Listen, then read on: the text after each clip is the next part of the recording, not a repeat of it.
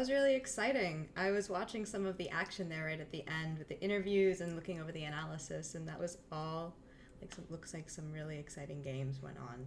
Apparently a lot of them were actually like definitive results, which is pretty crazy. You don't see that all the time.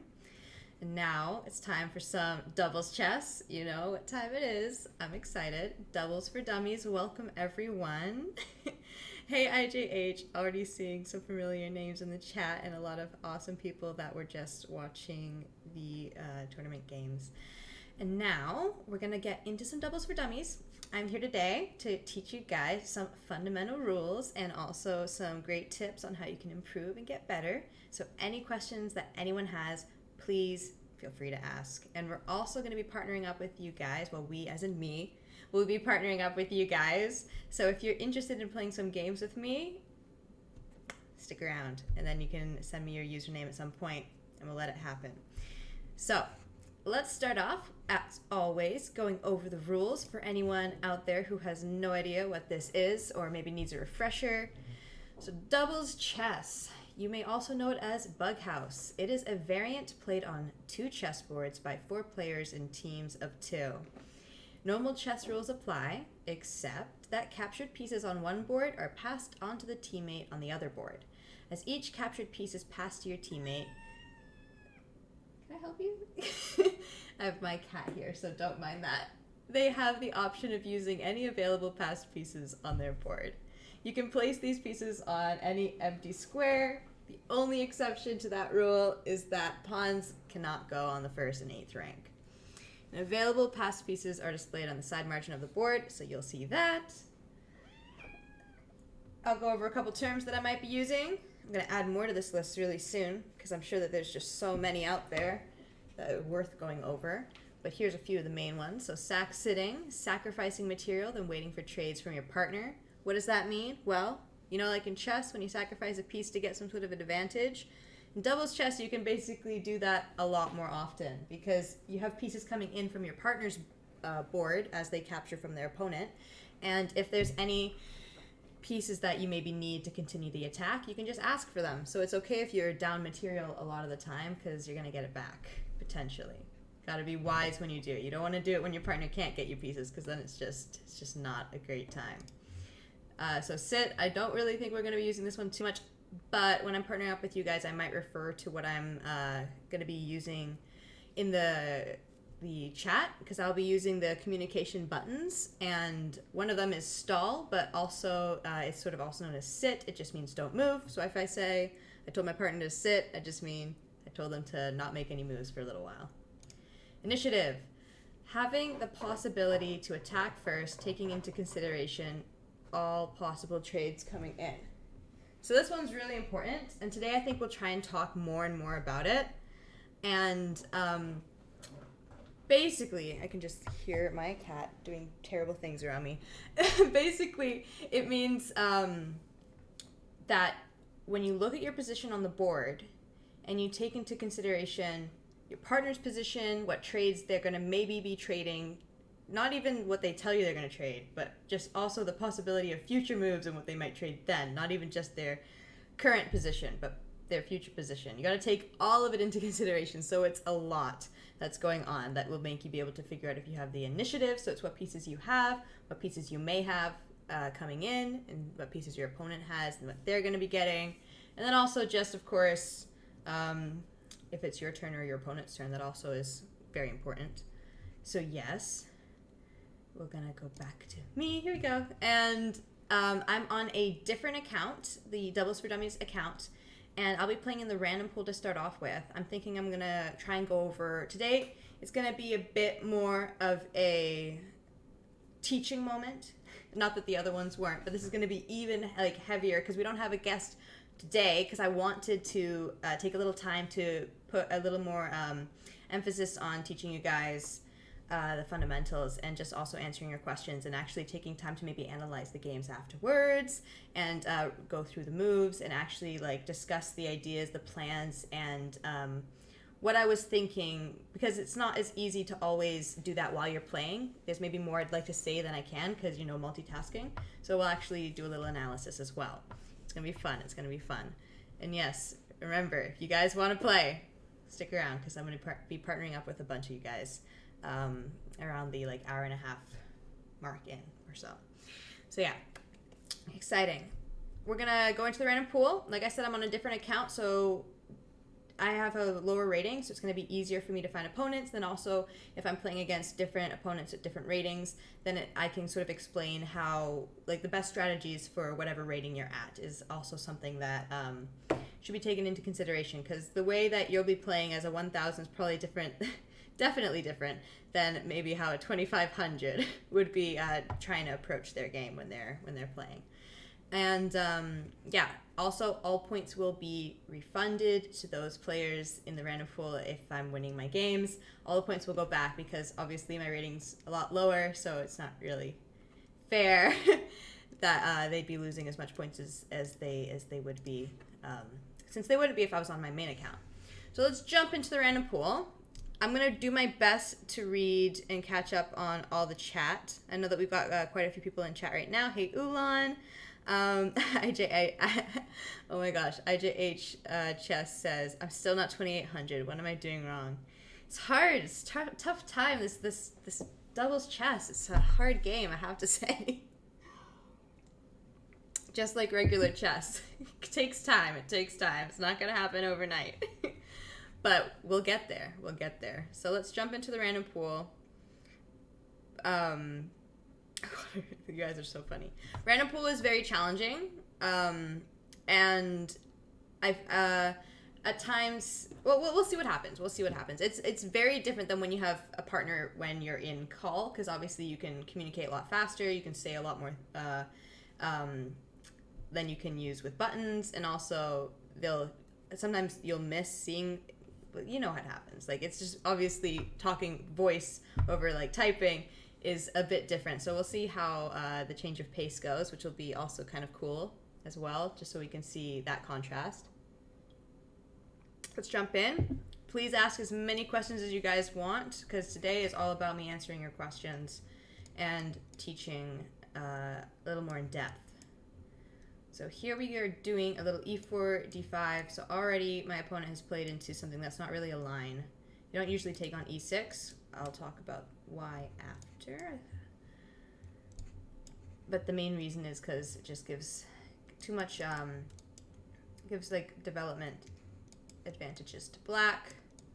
So he should have taken and gone pawn at e5, but now I'm getting pawn at h3 in. In this position, I'd say that I have the initiative just because I've played h6, his bishop's backed off, and it's really hard for him to sort of get an attack, even with the bishop at e5, which is what he played. And now I go queen g6, probably knight, yeah, h4. I can do a couple different moves here. I think I might just go queen to g5, because if he moves the knight back to f3 to defend me taking it, then it's mate. So he's probably going to have to go pawn at g3. We'll see what he does. Or if he got another knight, then he could drop knight at f3, and then I would probably go queen to g4. So my partner is doing well. My partner is asking for a knight. We're up a lot of time, and we're going to discuss more and more why time is so important, but there's like 101 billion reasons. I'm going to take this knight from my partner just because they want it, and because, you know, I'm going to get a queen, because they can take on e6, and then that's a discover check, and then they're going to get this queen over here, and that will be checkmate for me on g2. So my opponent is giving me a check. I'll just take that. That is a free pawn. I'm going to go queen d3, just dragging out the inevitable mate that shall come soon. All right, well, turns out he does not want to get checkmated. Fair enough. I'm going to just keep attacking, trying to keep the initiative here. Making threats is a great way to keep the initiative, especially when your opponent doesn't have a counter threat. So just bishop at g2. I'm attacking the queen. That's why I dropped the bishop instead of the pawn. So now he's probably going to capture twice on g2. That's his idea with playing bishop at e4, just putting another piece defending g2. And yeah, the reason I played the bishop is because queen's good for my partner. Otherwise, I probably would have placed a pawn on g2 just to conserve material. Because honestly, like I said, mate over pieces. You don't want to just go for winning pieces when you could be checkmating your opponent, right? So normally I wouldn't care about winning that queen when I'm just going for mate. So now I could sack my queen on h2, which is not mate, but it's something. My partner's completely safe, so it's probably a good idea to do that. We're up so much time. Let me do it, because my partner probably wants a pawn for g7, And otherwise my attack's going to be a little bit slower, and my queen's under fire as well with the pawn on g3 threat. So we are going to just go for this. And there probably is, yeah, there definitely is mate. It's just like a mate in 6 depending on which way. Nope. Mate in 3. 1. Okay, 2. Okay, mate in 4. 2. 3. 4. Oh, knight check. All right, there we go. I was like calculating some weird lines, and I was like, wait a second, he's probably not going to run all the way down to d1. But that would have also just been like the mate in 6, I think. I don't say random numbers. Sometimes I just guesstimate, because honestly, nobody got time for calculating the number of moves. Doesn't really matter. As long as you see mate, then that is the key important factor. So let's just rewind this game a little bit just for fun, so I can talk about any like key things. So like I said, this is not usually a line that's played, taking on e6, just because in standard chess, definitely taking is the best move. I have learned that the hard way. And I can't play this opening, sadly, as black, so I'm like, sucks. But in doubles chess, it's fabulous. It's a lot of fun, at least for me. I like to play this line mainly because I play very initiative seeking. I like to attack. I don't like to play like defending all the time, which is totally fine as well as a style. We all know that Chicken Crossroad, who's one of the top players, that's his username, loves to defend and just take all of his opponent's pieces as they sacrifice and sacks it and whatnot. But it's not my style. So I play d5 with the idea of preventing, like, for example, their hopes of sacking their bishop on f7 too, which is not even good for them. If you're up time and able to defend quickly, you're just taking their pieces, and it's good for you and your partner. But it's not fun. I don't find it fun to. Some people do. Chicken Crossroad loves it, but I prefer to attack. So I don't want to be defending, even if it's only for a moment. I would still prefer to play this other line here. So usually after e6, the main moves are sort of either they'll let you just do the exchange variation, or they're going to play bishop to b5, which is also a normal line, and then it's all this crazy stuff. We'll see these lines probably in the future, which is why I'm not going to go over them right now, because it's better when you have a game to back it up, so that way I can show you what the line leads into. But yeah, not much to say about this game because it wasn't really an actual opening that was played. And yeah, let's continue. We'll play some more games. I'm not going to analyze all of them because that would just be crazy. But we'll definitely analyze some key moments.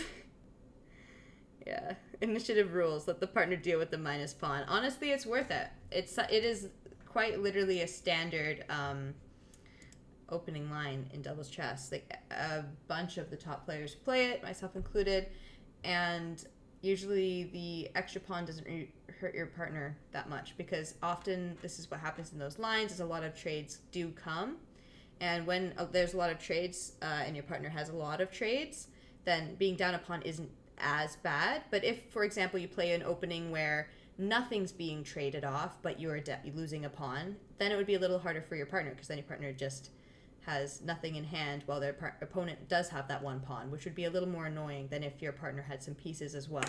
So it's not, if you're gonna have your partner be down pieces that you're exchanging, just try not to starve them either, is sort of what I'm trying to say. You want to still trade to give them at least something. For example, I'll be in games where my opponent will have like 2 queens in that is possible. 2 queens in hand and rooks and knights and all that, and I'll have like 3 pawns and like a bishop, and I'll maybe still be able to have some pretty good chances depending on the position. If the position's roughly equal and I have the initiative, then especially then I can usually hold on. But if I had no pieces and I'm down however much significant material, even a pawn, just a pawn makes a difference. That's kind of like a more extreme example, but yeah. Don't starve your partner if you're going to be down material. Thanks, Bigfoot.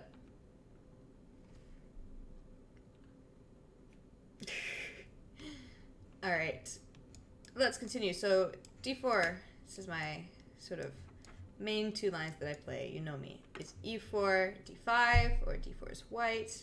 That other one is black. And I'll play, if my opponent plays d4, I'll play d5. So we'll see all those lines. I'll probably try to play some other lines too, just so that we have some variety in the sort of positions that we get. even though they might not be my main lines, just so that I can show you guys more different situations that you might get into in your games, because not everyone obviously plays the same lines as me every game.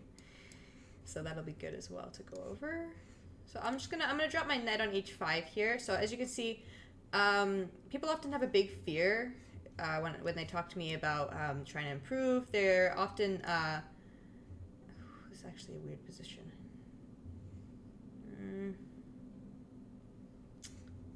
I could go. Okay, we're gonna go here for now. But people often are a little bit hesitant to castle, and that's because situations like this where your opponent's attacking you, it'd be great if I had maybe a pawn. I'm going to ask for a pawn. We're even on time, but I'm also just going to try and talk at the same time, which is why I am dragging this out, otherwise I might just move. But yeah, castling is very good in doubles chess. It is totally fine. Don't be afraid to do it. Just learn how to defend it. Analyze your games, go over it. We're going to do that right now too. I'm asking for a pawn. My partner got it for me. Yay. This is a good thing. So I'm going to probably capture with the knight. Just because, well, I don't know which one's better, actually. I think the knight, because my idea is I want to take this bishop so that I can drop something on f6, right? Because now I can drop pawn at f6. A knight would have been preferable, but okay, now I can actually just take this bishop and take the queen. So yeah, my whole idea with taking with the knight was I want to, when you're attacking your opponent, you want to take away the pieces near their king that are defending them. And right now this bishop's defending the king. Obviously you can't capture my knight because it's mate, but oops. I wanted to take away this bishop just so that I could create a little bit more control of the dark squares for myself, if you feel that. It's good. It's sort of like a huge theme that you'll see in a lot of doubles chess games is trying to control like the lighter dark squares around your opponent's king. It's a very common weakness that you're going to be trying to exploit. So we got another game here. I don't know if my partner's going to play it because it's +0. Oh, they did. That's interesting. All right, so d4, e5 is actually also a line. I don't really play it too often. Sometimes, depending on my opponent, like if I'm trying to switch things up, I have played it. It's probably one of the lines that I've played more than other variations that are outside of my main 2-3 openings. So this is one that I'm a bit more familiar with. And I'm very familiar with playing against it because a lot of players from back when I was first starting to played this line, and I had to learn how to sort of play it because of that. So I'll definitely talk about it briefly, but obviously this this continuation that he's done is not at all mainline or correct. He's just losing pieces, which is fun for me because I will take them.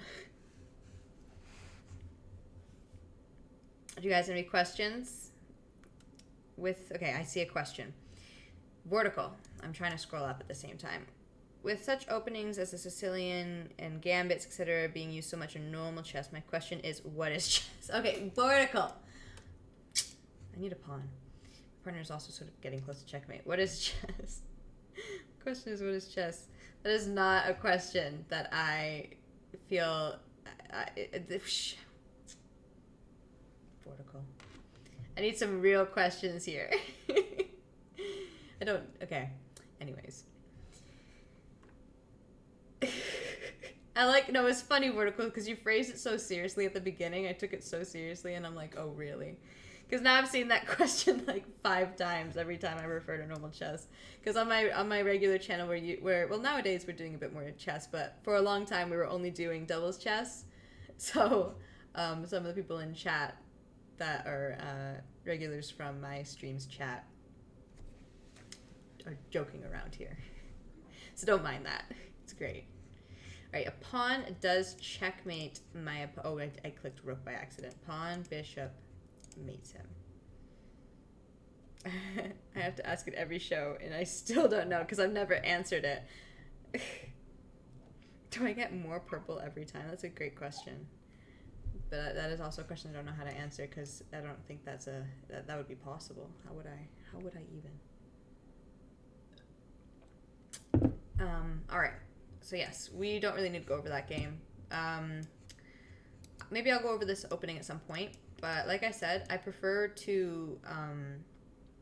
I'll go over openings and analyze them more if they're actually played in a game that we play, because then it's good for me to show you the positions that come from it, because I'm not just gonna play the full line and have a game that comes after the line either, because then that's just crazy. But I will probably also just go over like the first 6-7 moves. The opening is also fine to just go over, even without a game. It's helpful. I think it's useful. All right, so in this position, kind of want like a knight or a pawn. My partner's telling me to sit, so I'm gonna sit. My partner probably wants to avoid just getting attacked, because his opponent has this pawn on e5, which is helping some. There we go, he got it. My partner is really smart. His opponent had the pawn on e5, which was, like I said, trying to get like advantages on the dark squares around the king, like pawn at h6, and trying to get rid of maybe this bishop, and then of course the pawn on g7. Or would be ways to sort of take advantage of that. Okay, now my partner said I can go, so I shall move. And yeah, my partner played very wisely to push f6, create some more space for his king. His queen can maybe come to e7 just to be safe. And it's pretty good because his rook was also open on the half-open file. And his bishop's now defending g7. It's just it's going to be really hard for white to create an attack here. And now pawn mates for me. Pawn, bishop, mates. So it's funny. I remember that this move was actually played by one of you guys that I partnered last show. And I think there was also a knight on e5 where this move actually caused the king to sort of be smothered. Smother mated? This is basically this is a smother mate, isn't it? So yeah. Be careful with that. Sometimes you want to make sure that you always have enough space for your king to breathe and move around. All right, so we're even on the clock. So I could just move, and I think that's probably the wise decision. I'm going to go e4, just try and get some time. He's probably going to go pawn at g7, which is fine. And then I will take this knight. I'll take this bishop. My partner's like telling me what to do. I just realized. He's like, listen, we're up. Hey, pawn takes knight. Go. I'm like, what? So my idea is I want to play bishop on f6 so that I can maybe take this knight since the pawn will be pinned. I'm assuming he plays something like rook g8. Yep. Brings a new rook to g8. Now my queen's here. And it's really hard for him to defend this pawn again. Especially since he should have moved his rook there, because then he could at least place bishop at f. Yeah, well, that's probably his only defense there. Bishop at f8 would have been a move that he could have played. So I'm going to go bishop at h6, and now rook plus, I'm going to say no rook, no queen, because rook queen would mate me. And now I'm just going to keep attacking here. Because if he's got knight at h3, king h1, rook at g1. Oh, I guess I could take with the queen, actually. So I'm not mated. I'm actually totally fine. Because if I took with the rook, then knight at f2, right? But he did not. Thankfully, my queen is defending me. So that's good. It's very good. So safe. Safe plus solid, as you might hear some doubles chess players say. And when I say at, this is sort of another term that I should probably throw into the little slideshow that we do at the beginning of the show. I'm going to go pawn at e7, just because I think it's an annoying move, and he probably has to give up the queen. But, yeah, when I say at, if I say, like for example, knight at f2, it means placing a new knight. Whereas if I just say knight f2, that means just moving a knight that's already on the board. So at refers to dropping a piece. I think I played d4 as white, sort of like a London system, but I don't remember what my opponent played. Yeah, it was basically London. It was a London system. Baby chess. Yeah, there's a lot of different names for this apparently. All right, so now I just have mate coming, which is okay. Whoa, whoa, whoa.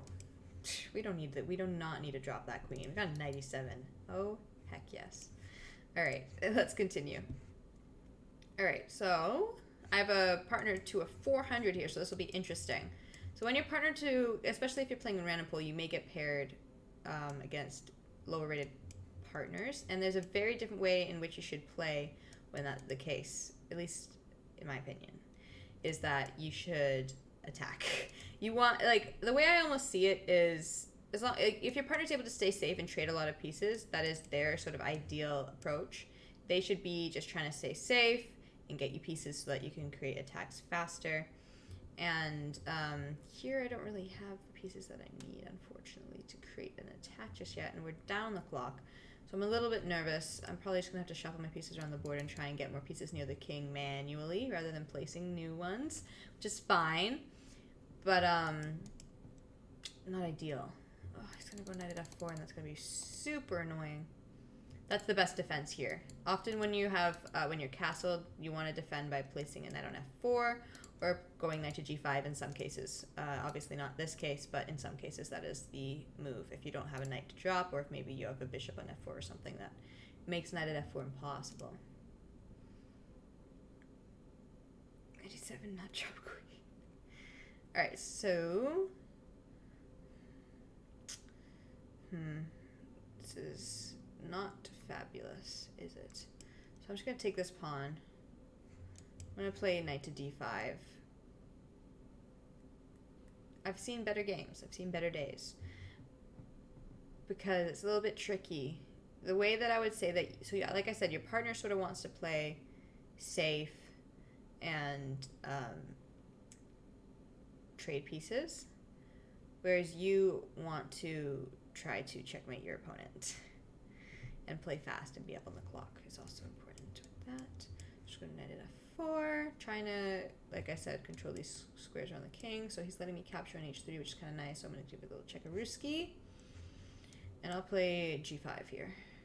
Because g5 novelty. I've started this new sort of trend that I think a lot of the other players have started picking up on and doing as well.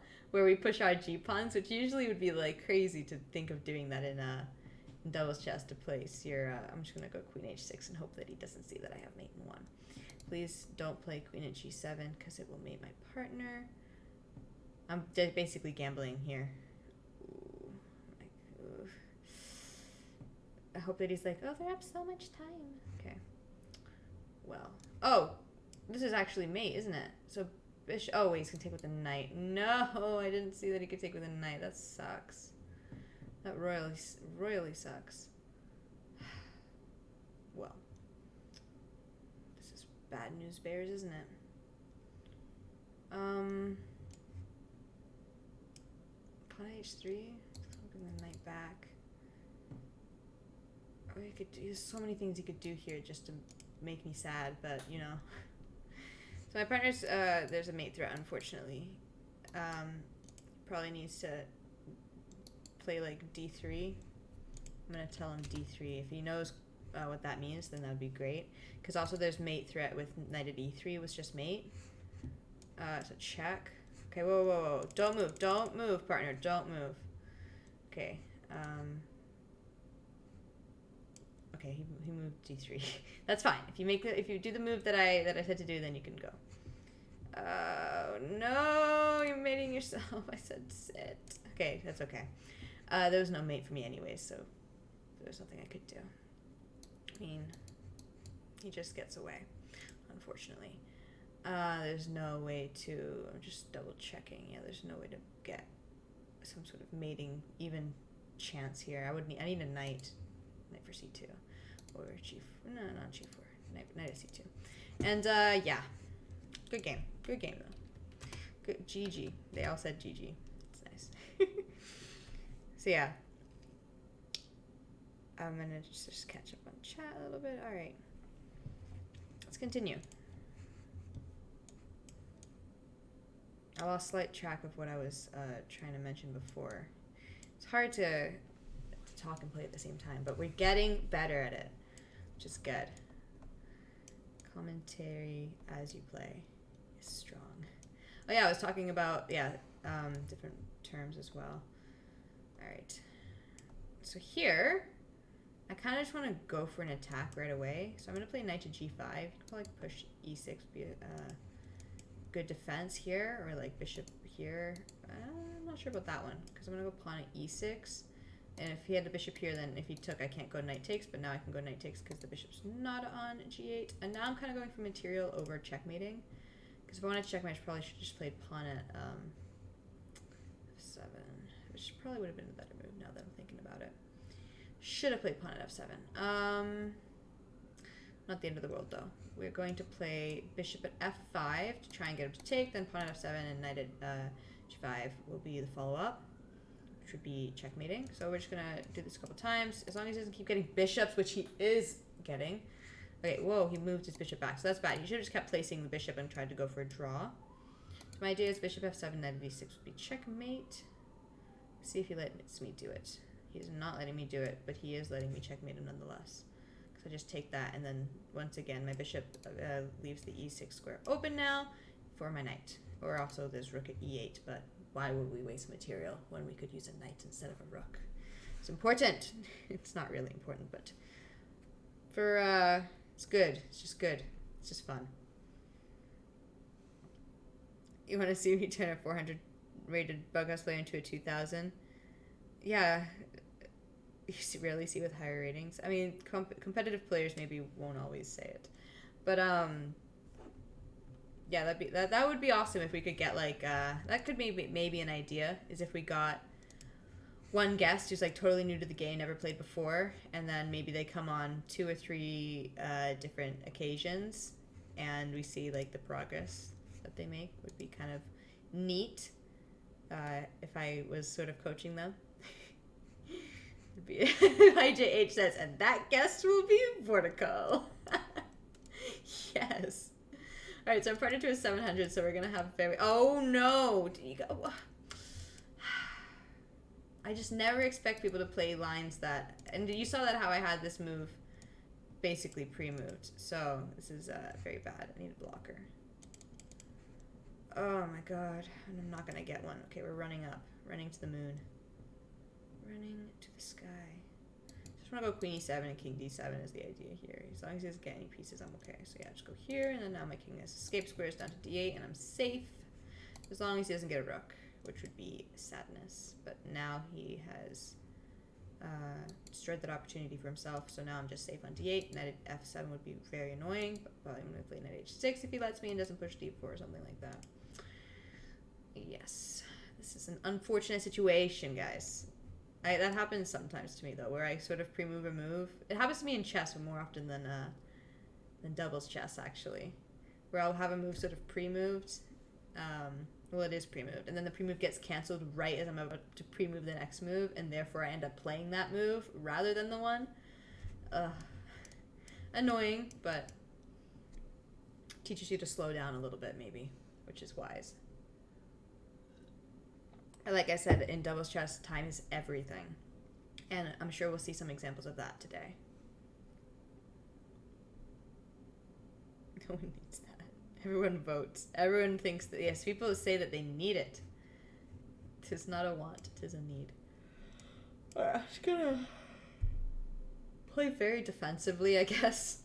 This is the kind of situation that I would not usually want to be in. Not necessarily because I have a worse position, because I don't really have a worse position. So 95 is a good move. I'm going to take this pawn maybe. Queen here would be annoying. He's attacking my knight. So this is an example of like I'm in a worse position. Yes, I am. I have to admit. If he gets the pieces that he needs, then I'm in a worse position. I'm just going to say no knight. But I'm not losing. I'm not in a terrible position. I'm just like slightly worse. Or significantly worse maybe if they had like the knights and all that stuff.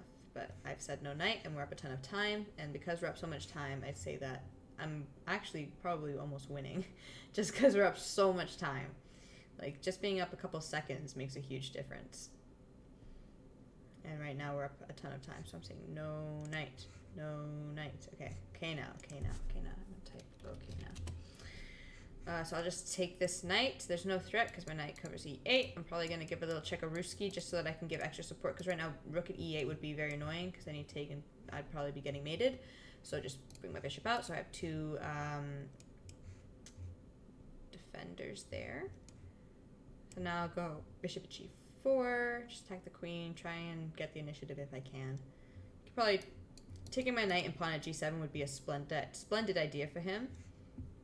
So I'm going to tell my partner just to sit, because obviously I don't want that to happen. Also, just queen at g7 is a possibility as well. I'll probably have to go something like bishop at f8 and bishop at g7 or something to try and survive that.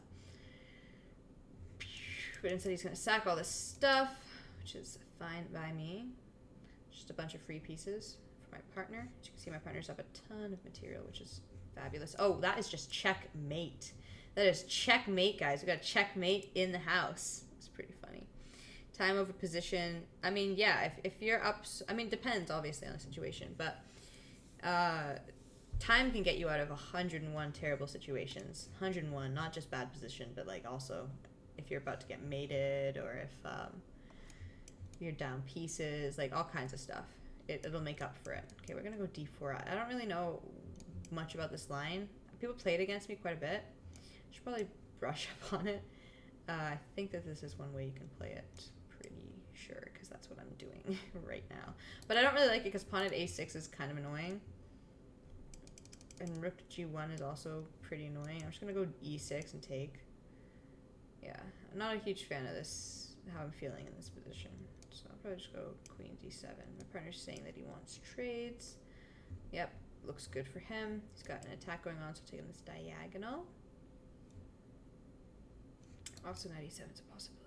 And we gotta just be watching out for knight at c5 stuff. But my opponent's opponent is not moving, so I'll just go knight e7 to d5. Then I'll connect my bishop and my queen, which is kind of nice. And also just disconnect his bishops from c6, because we obviously don't want him to get too much potential on the light squares around my queen side, which would be annoying. So he's got knight takes d4, which is also annoying, but not the end of the world. Yeah, we're going to try and play this opening differently next time. I'm not a huge fan of how this is converted. Checkmate. Yeah. Is the microphone quiet, guys? I can up my volume a little bit, or like bring it kind of closer. Is that better? I turned up the volume a little bit too. Alright, so just bishop to c5, I guess, attack the knight. We're going to go knight f3, knight d2, f3. My partner's... Oh, I wouldn't have taken that one. I think my partner just sacked his rook. It's not ideal. I'll take this knight. I'll take my bishop, which is fine. Gotta watch out for my g7 square. Yeah, so that's what I thought he'd do, which is better for him. But what I can do here is I can go bishop at g4 to cover f6, so I don't have to worry about knight at f6 that, so I can go maybe rook f8, or I could try and castle, which is a little bit dangerous. Probably wouldn't castle here. So he takes, that's fine. So what do I do here? This is actually a very interesting position. I'm gonna move my rook over just to see what he does. I'm not worried about being mated as long as I say like no queen or no rook. That would probably be bad if he got queen or rook, because then he could just sack his queen. Okay, so now that he's used his bishop, I'm going to go pawn at h3 with the idea of taking on f5, and he no longer has bishop at g4 to attack my queen, which is annoying. So take. If he takes, then I can take, potentially. Okay, so he blocks with the rook. Fair enough. So I could go here, but that's probably bad. So go here. I could also go here. What do I prefer? e7 also helps stop. But then if he takes... Now, I'm not going to go on e7, because if he ends up taking, I want to have an escape square. So I'm going to go at d6. In case, you know, like rook at g8, for example. Or pawn at g7. I want to be able to run up, not over. Alright, so we went that way. My partner's opponent is not moving, and my partner told me to sit, so I will sit. Because pieces are good for me in this position, too. But obviously, this is not... Oh my god, we're playing against Kianari! That's why he's so strong. Kianari. What a guy. He is one of my favorite people to partner. that I sort of met in the random pool. He's a really strong player, I think. We always do well together. What's up, Happy Meal? Yes, on the king side. You remember too. I didn't even realize I was playing against him. That's funny. Probably going for the flag. Going for the flag. Okay, we'll give a little check-a-rooski. Alright, cool. Let's continue. I will say, good game.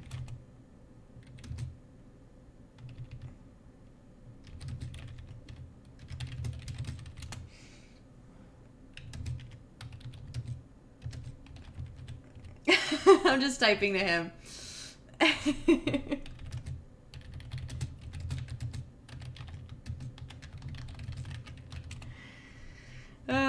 Okay, I can't chat to him too long because the show must go on, but it's just funny.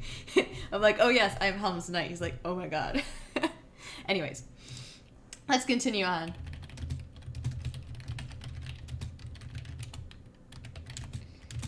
Alright, let's jump into another game. Obviously, not a huge fan. Let's look at this opening, because we need to find a new response.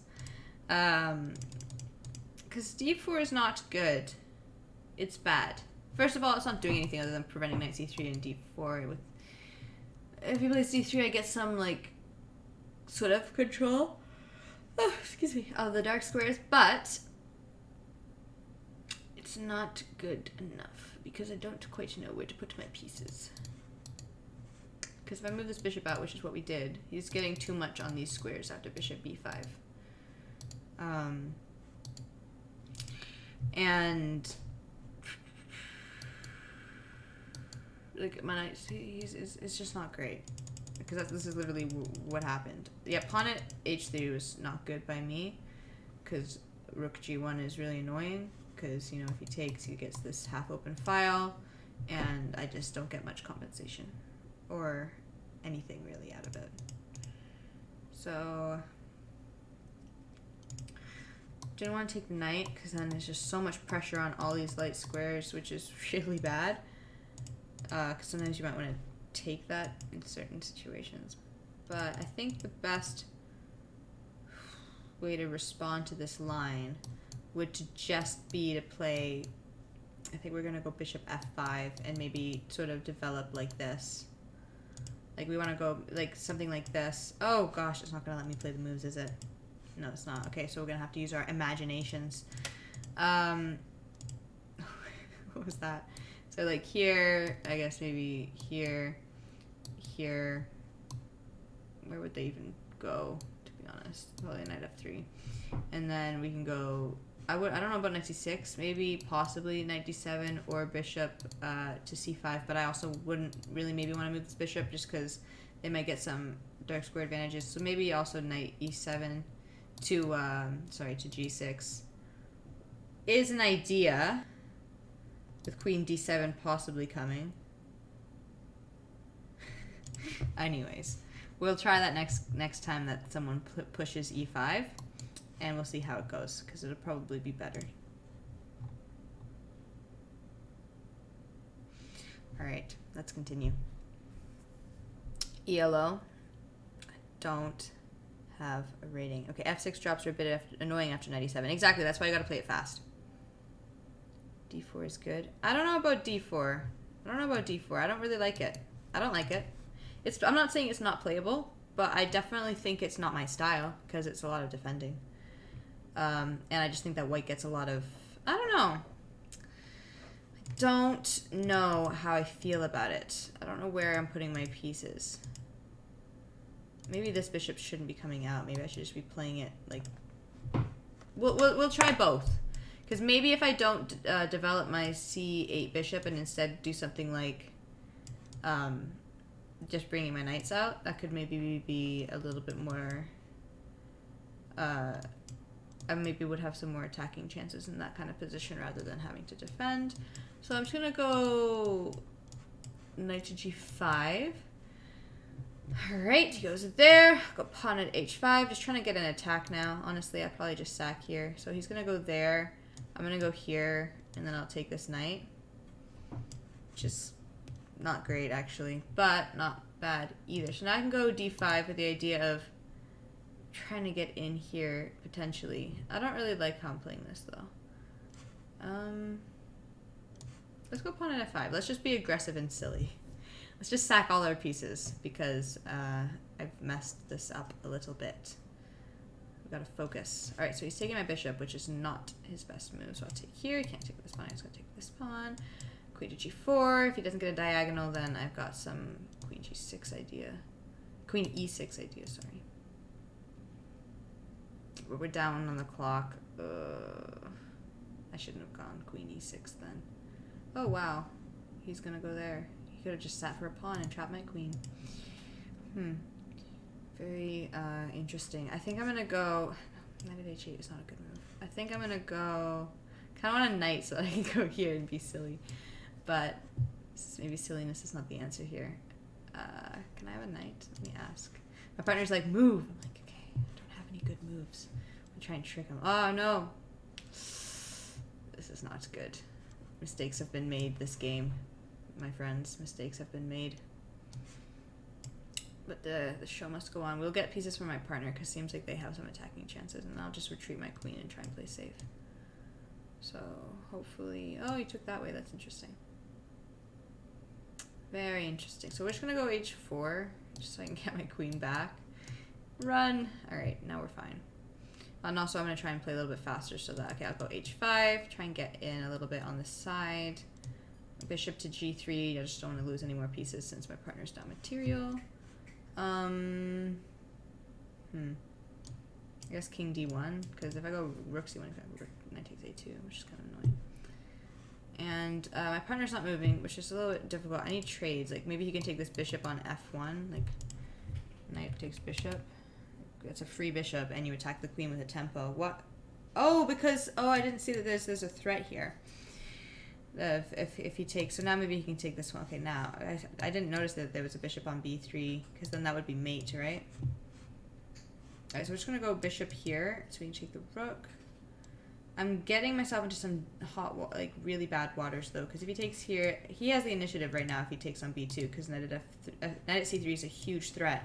But he didn't play that. Instead he took, which kind of opens up a square for potential knight at h7, which he would... Unfortunately, he still has the initiative because of king e7.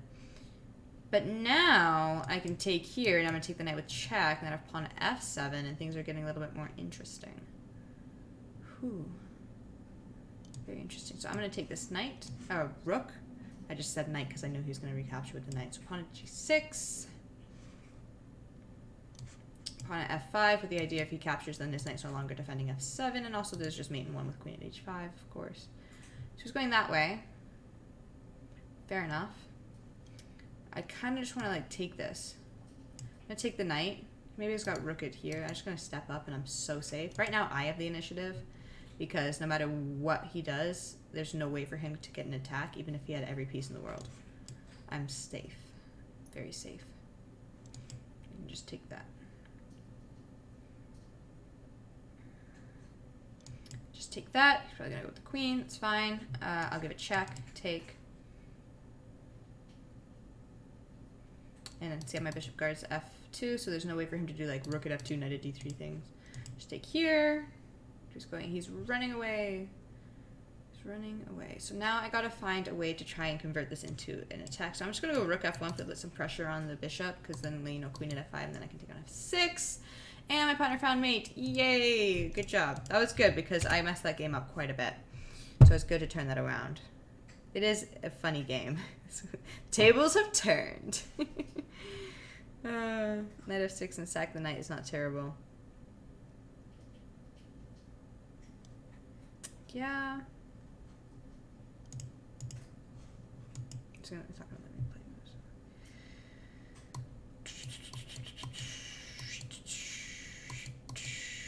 Yeah, we could try that. That's also a line. I'm saying that all of these are lines, but I'm not sure which one's my favorite yet. Is the argument. Because I don't know if I'm going to prefer to push d4 with the idea of developing my knights instead of my bishop on c8, or if I want to sack my knight on f6, or if I want to play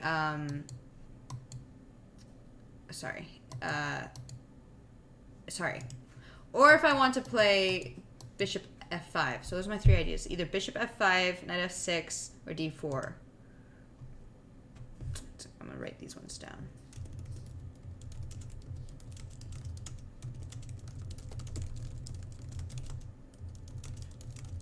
Okay. I'll look into them more later, just because it's not too often that this actually gets played, surprisingly, even though it's a pretty decent move for white to play, which is just to push e5. It's just another line, but it's not actually played as often as you might think. Maybe h5, rook h6. Yes! We should play that. That would definitely be up my alley. As one might say, I might have invented that line. Haha. So you don't have to remember much theory. Yeah, bishop f5 would be a standard chess way to do it. Yeah, that's what I like. I just kind of like how that positionally looks. But anyways, we shall see. Because all three are definitely possible continuations. I don't think any of them are not playable or technically a huge disadvantage. I just think that d4 is very interesting. I think that if you're developing your c8 bishop, it gets a little dicey, but I could be wrong. It could have just been that I misplayed the continuation and it wasn't anything to do with the opening. But we'll see when we do it the next time. So got bishop b4, which is annoying. So I'm going to go bishop at b4 myself and be like, haha, you're not taking that pawn.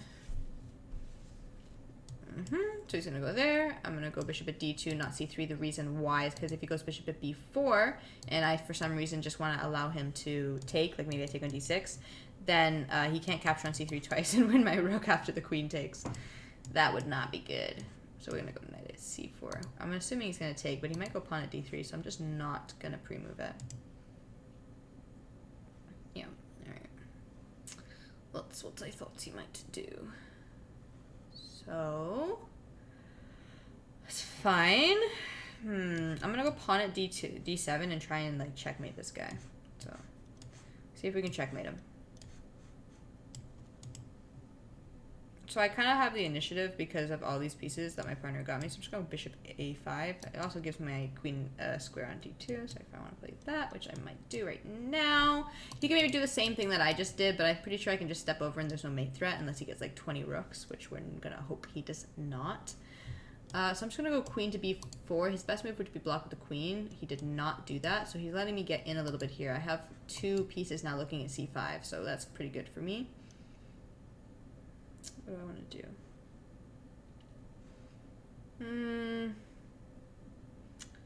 Kind of want to go. I don't want to move my queen too far away from my king because it's dicey, but we're getting too low on the clock.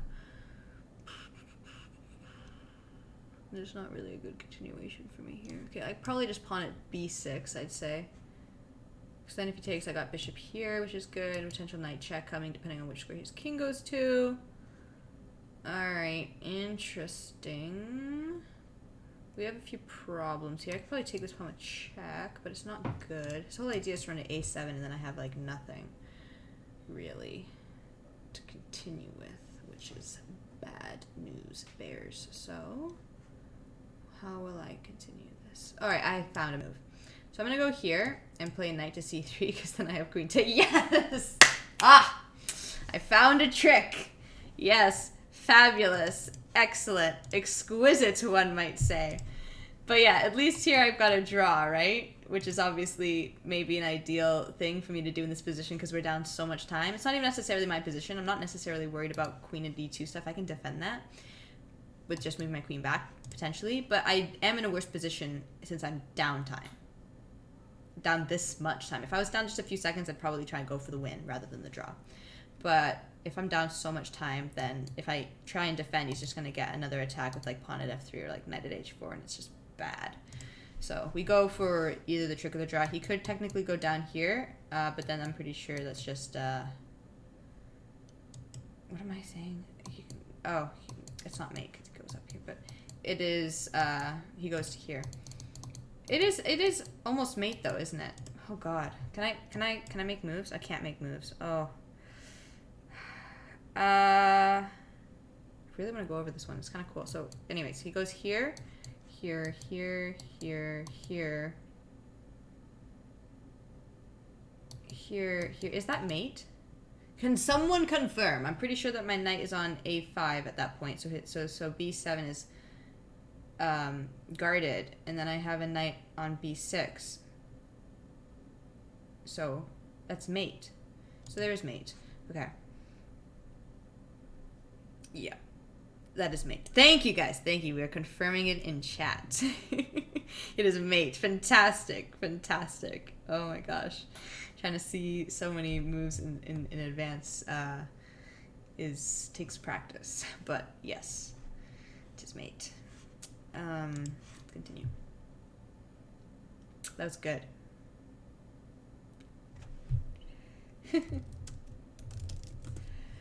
So yes. Thank you, Shani. All right. Easy mate. Yes. Easy mate. So easy. All right, so we're actually playing this exchange variation here. It's very common. It's probably the most common. It's actually more common, whereas before the most common was when they played bishop b5 and take on e6 and you exchange the queens, which you guys might get to see and maybe some of you already know about. That used to be the main line, which was crazy, and it's still very popular. It's like the second most played line. So, and knight at h6 would be annoying. But now this is main line, is to exchange. It's played way more often. I kind of want like a knight. I don't really want to play this because he gets this annoying stuff. And if I don't have a knight and a bishop to back it up, then it's just like, well, what's the point? So let me think what I could do here. I might just go... excuse me. I might just try and get rid of this knight so I can pawn at f3 with it being a little bit more aggressive and a little bit more dangerous for white. Take away the pieces that are defending him. So I'll take it. We'll see which way he takes. He's going to take that way. I'm going to go pawn at f3. I don't really care if he takes this because I have a knight that defends me. So I'll take this twice. So now if he takes with the queen, his pawn can no longer actually take because it's pinned. So if I go here, you can come here. I don't really think I like that. I might just... But I also don't like him taking twice with the queens. That's also maybe not ideal. Maybe it's fine. Maybe it's fine. Maybe just go bishop at g6 and then I have some sort of weird discover attacks on the queen with my bishop on c8, potentially. This queen looks good with my partner, so might as well. Might as well. Alright. So, I might just try and create some pressure here. I mean, obviously a knight would have been nice, but he goes to d2, so it's like, whatever. I'm going to go here. If he takes, then I have check. Take again. Interesting, interesting, interesting. Okay. So now we got to be a little mindful because he's got quite a few pieces, but I have a lot of pieces defending me as well, so not a huge deal. We are almost even on the clock, so I should probably move pretty quickly. I kind of just want to give my queen. It doesn't look like it's hurting my partner too much, and maybe the rook will be helpful. Pawn at g2, and then I can win this queen for my partner, which is good. My partner's giving me the knight, which is awesome. I would kind of like a pawn, but it's not the end of the world. We'll give a check just to get some time. Gain a little time. But queen mates for my partner, so I'm just going to take this queen. Queen at d5 would be mate in 1 if he sees it. Yes. Nice. Fantastic. Yeah. So this is a very common line that you'll see. It's just exchanging off. Usually they play maybe queen e2, not knight e5, but knight e5 eventually comes in most lines, so it's not uncommon to see it played early. Happens sometimes. Alright, so we shall see that my opponent is playing quite aggressively. He probably wants a sack, which is fine. I'll just take all of the free pieces. Alright, so he wants to go there. Like a knight would be great because then I could just drop a knight. But then he's maybe got pawn at here. So I'm probably just going to let him do this. Let him have his fun. Maybe bishop here or pawn here. I gotta be a little bit careful because I'm down material here. This is actually a very annoying position. Okay, I just go bishop e7, I guess. I'm gonna say no knight. No knight. Actually, knight's fine. He's gonna take here possibly, so I'm just gonna go here and I'm fine. Develop normally. Probably not the best continuation, actually. I don't think that I needed to take this pawn. It might have just been better for me to have gone, maybe knight f6, or bring the king back down to e8 would have also been a better move. Because usually you don't see people sacrificing this early, and I rarely play against it, so I don't have all the lines memorized as well as I would more normal play. This kind of craziness I don't usually brush up on because it's not played at the top level so much. But it's good to know anyways. Obviously, you want to know how to defend everything. So I'm just going to go here and say no queen. I have a feeling my partner's going to give a queen, though, which is kind of a sadness. Oh, he's giving a rook. So it's kind of tough because I'm down a lot of pieces and my opponent sacrificed on me and we're down time. So it's definitely not an ideal situation that you want to be in. He's probably going to rook at and then take on g7 would be an interesting idea, but if I just take the queen, I'm fine. So down time, down pieces, and down hope. I'm just kidding. We have so much hope. We're going to be fine. I'll have to play the bishop e5 line against me after e4, d5, e6. Yep, exactly. It is the most common... Oh, that is the second most common line. And disciplined bughouse play. Us ordinary bughouse play get sacked on every other game. I mean, we get sacked... I also get sacked on every single other game. But it's usually just not on the third move of the opening, because that's not considered good. Because then you're just losing a piece, and if your partner is playing quite quickly, then, this is very interesting, maybe. Just take. If your partner's playing quickly, then you can just quickly defend. But unfortunately, we were downtime, now we're actually uptime. And I'm getting safe slowly. Slowly but surely, I shall be safe. Here, so I can defend e6. Should be fine. He can maybe rook takes g7 because now he has pawn at, and then the bishop would be mate. So I gotta be mindful of that. Very mindful. But I can also just take this knight and then I guard f7. But then I have to be careful of knight e6 stuff. But I don't think that there is knight e6 stuff because pawn over and my bishop's defending. It's no longer pinned once my king moves off of e8. So I gotta say stop, stop, stop, stop, stop. So I'm just going to take that with the knight so that my king can have more breathing space. I'm worried about him getting a rook. I'm just going to say stop. And I'm going to try and win or like flag my opponent.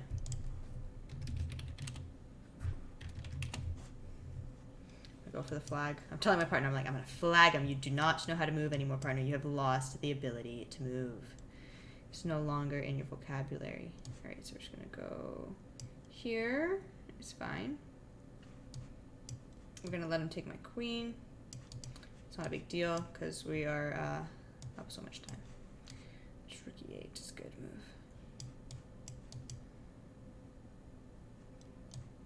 Alright, so go here. Take. Pawn at.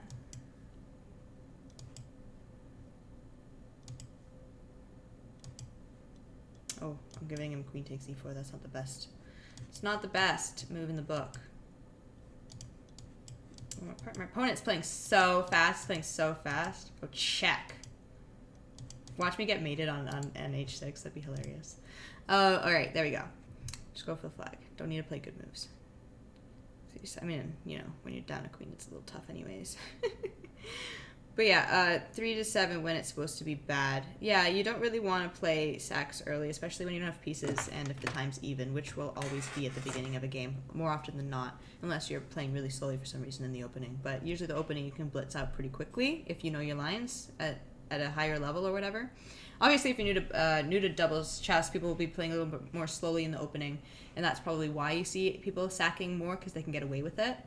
But once you start becoming more familiar with it, you'll usually be playing faster, and then you can't really get away with just giving away material because it hurts your partner and yourself, and you're not up on time, and you're not really going to be getting pieces. So not ideal. But yeah, knowing how to defend against all kinds of sacrifices is really important, and I defended well. I didn't get mated. I wasn't getting close to being mated. It got dicey. Even with all the pieces coming in, I was able to stay safe, which is good. But I think it could have been a slightly better line could have been played just out of the opening. I don't think that I needed to take that pawn. Would have been just a little bit better if I had either just brought my king back. That's usually the best response. It's just bring your king back as fast as possible, drop a new pawn on f7. Would be what I would do if I was partnered to, if my partner was playing fast and gonna be able to get me the pawn. But otherwise, I might just play like queen e7 or knight f6 or something like that. It's totally acceptable as well. Okay, so how do we want to do this? So I'm gonna go bishop here. She's probably gonna take it. f6 is his best move, but he didn't play it. So knight mates. My partner is bishop at g5, so bishop e7 or f6. Speed of the game influences how effective the early sacrifices are. I would say so, because if you're up on the clock, you can sit for pieces, right? That's the whole idea. Is if you're up on the clock, you can sit for pieces. We're just gonna take. Honestly, let's just take. It's pretty good. If he takes with the king, yeah, same move. Just gonna go to e7. Of course, he has to. Just take. Take this one. Maybe I shouldn't have taken this one actually, because he can just take with the king. But I'll go bishop at e7, stopping bishop at b4. If he goes bishop at a5, I should push c3, conserve material rather than dropping a pawn. But now I'm getting some attack, so that's good. I could have sat for pieces at any point during this, but I just think it maybe is better if I just keep moving. Oh, he took that. That's surprising. So I'll just go here, and queen at is fine. He'll go down this way. And then what's my best continuation here? Rook and takes, or I could go... Oh, okay, now I just go here and then here. That's just mean too. Alright. Simplifies things quite a bit. Nice. Because you got to be careful in this sort of situation. I could just eat some pieces, which is obviously good for my partner. But because he's got these heavy pieces to block with, it might be hard to continue the attack if I do something like that. So that's why I was kind of maybe... We're up on the clock. It's better I sit for pieces. You feel?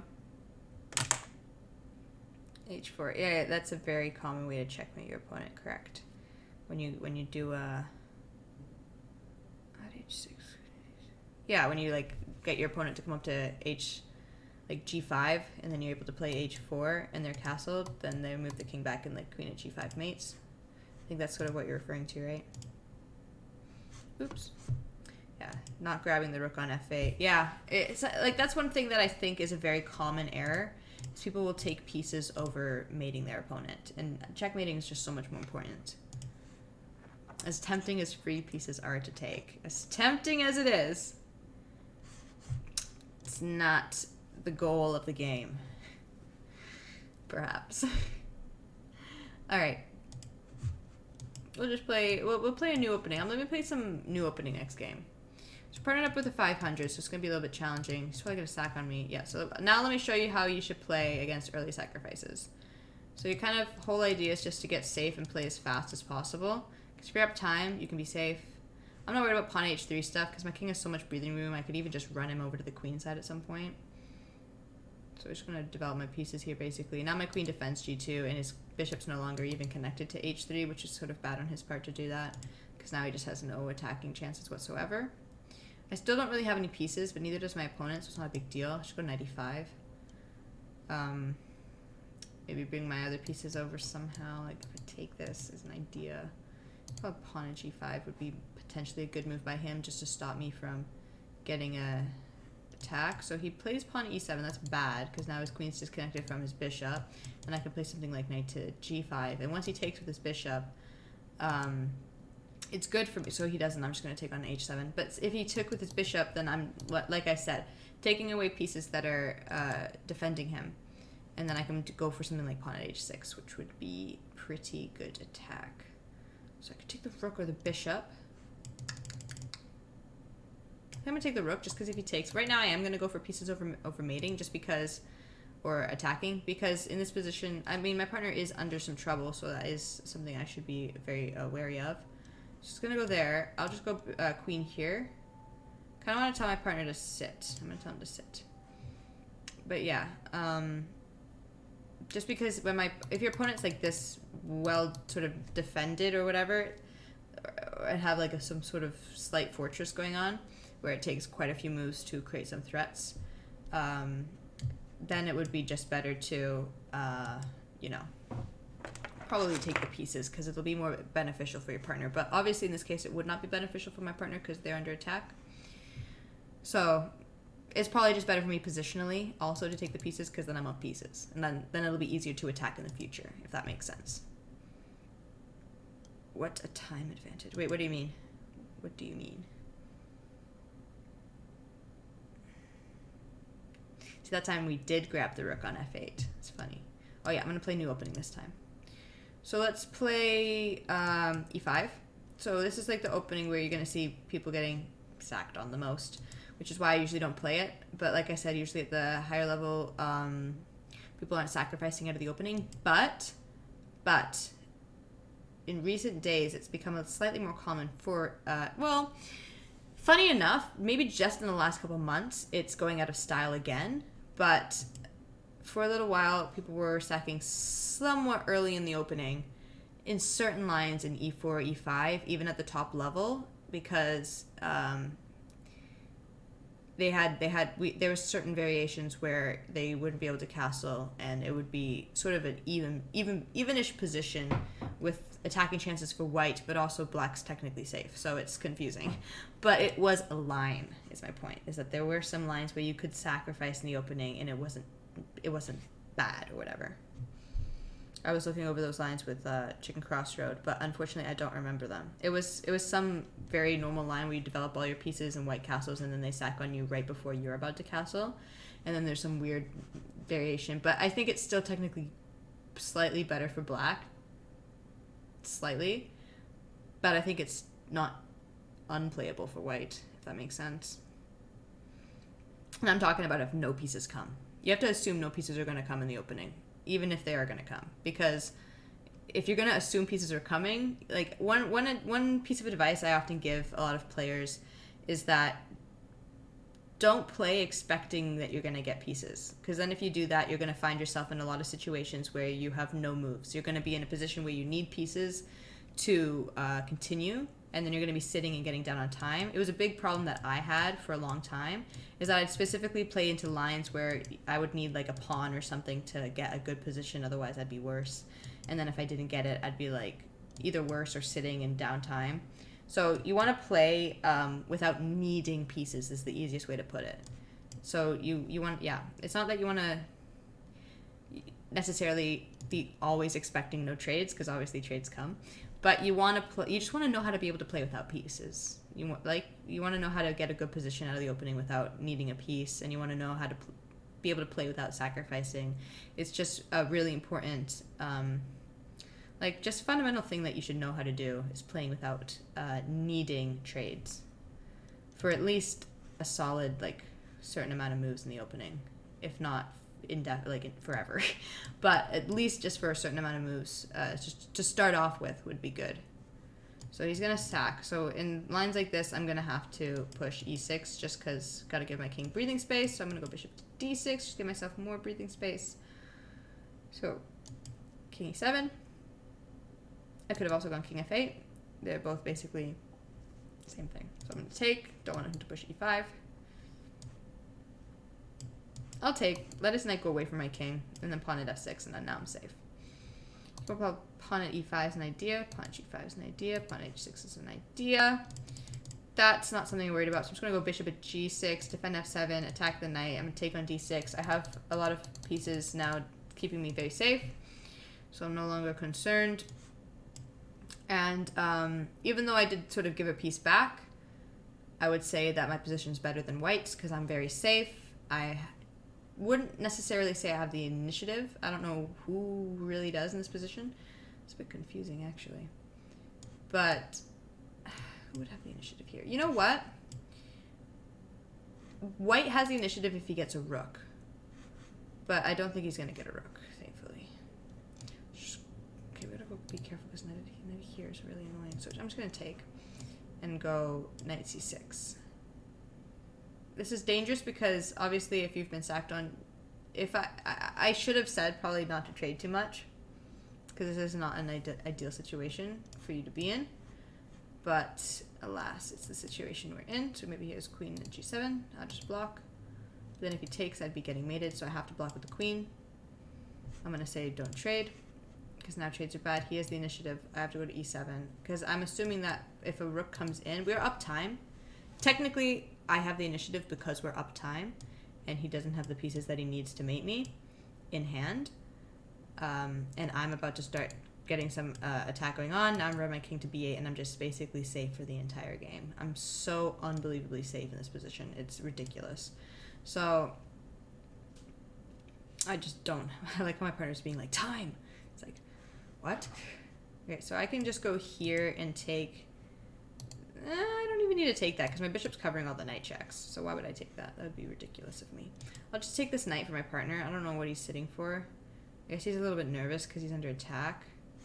I'll take this pawn. He's going to take here. I'll go here. Okay, he's going to go there. This is good for me if I get to open up my rook. And then also just, this is, now my king's so safe. Like, it's hard for him to even sacrifice knights if my king was on b7 or anything like that. It's just really hard because now I have a pawn on b6. So I'll check on e8. Just keep making moves as much as I can. Okay, pawn at e2. I'm going to start making some threats of my own. My partner's doing correct to give his queen there. I would have done the same thing. But my partner needs to also defend. He's in a bit of a dicey situation. And he seems to be using his pieces more to attack than defend. I would have been defending in his position because there's no way for him to get an attack, unfortunately. Yeah, there's nothing. There's no way at all to get an attack. Maybe if he played queen at e5 and he takes, then he could go like pawn at f6. But even if he played queen at e5, maybe he gets like knighted up for it. So yeah, just... Ooh. Oh, that's a smart move. Very similar idea to what I was saying. Okay, bishop would be really good for me. Okay, so he's going to keep attacking. I'll just... Can I get away with taking this? Yes, I can. Yeah, like I said, I'm just so safe. When you're able to get away with literally just taking a piece and not lose the initiative, that's how you know that you really have the initiative. Because initiative basically means that it takes more than one move to get like a potential mating net on you or whatever. And right now it took more than one. It took actually more than two moves. Or, yeah. Or it takes... one move or... Okay, what am I trying to say here? Like, initiative is like if on their move they can get their sort of mating net and they're not in check and whatnot. But if it takes more than even just... So you would know you have the initiative if in the case you are able to get that situation where you making the move would be getting your opponent into sort of a mating net, per se. And then if your opponent needs more than one move, that's good. But also if they're able to need two moves or more, then that would be just like the best case scenario, which is when usually we'd be like, oh, we're safe plus solid. It takes like so many moves to get proper like mating chances on my king. So this is this would have been a good example of that is this situation. Am I not paying attention to chat? I am paying attention to chat.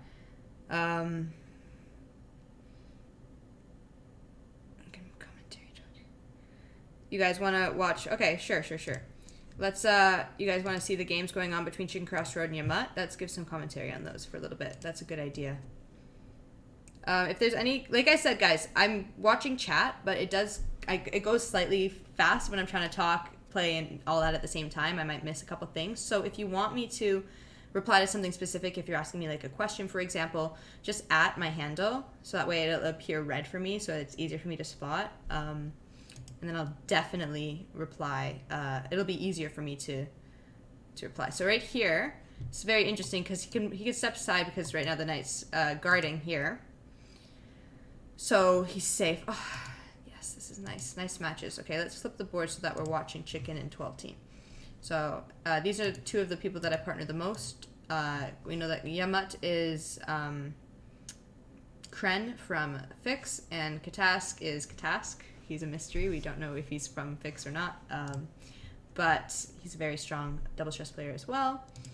And right now, 12 Teen is up on the clock. He wants a rook. His partner's probably going to be able to force one because he can just go knight at f2, and then rook at h1 is forcing the rook. because there's this threat of mate, and if he were to maybe place a piece on h1 to defend the mate, you can take the queen, and if he doesn't capture back on f2 with the rook, then it's just mate in 1, and if he does capture back on f2 with the rook, then you're getting the rook which mates for 12-teen. So it's okay. So he went about doing it the more forcing way, which is better, which is rook at h1, and then he takes, and then knight at f2 is just forcing with check, right? Which is obviously better than to do without check. Oh, because I just realized he had there was a pawn on g7, so he had to do it that way. Okay, sorry. We kind of just went into that game mid-game, so I didn't take the chance to look at the whole position on 12-teen's board. Sorry, on Chicken's board. I was looking at only a small portion of it, so... Now we're actually going to join in from the start of a game, so it'll be a little easier for me to see what's going on. Wow, that ended really quickly. So yeah, when games end that quickly, usually it's just like a lack of communication or something like that happens, because usually games wouldn't end that quickly unless, you know, something happened by accident. Like you in that case, a queen was bad and a queen got traded, so there was a lack of coordination, I'd say.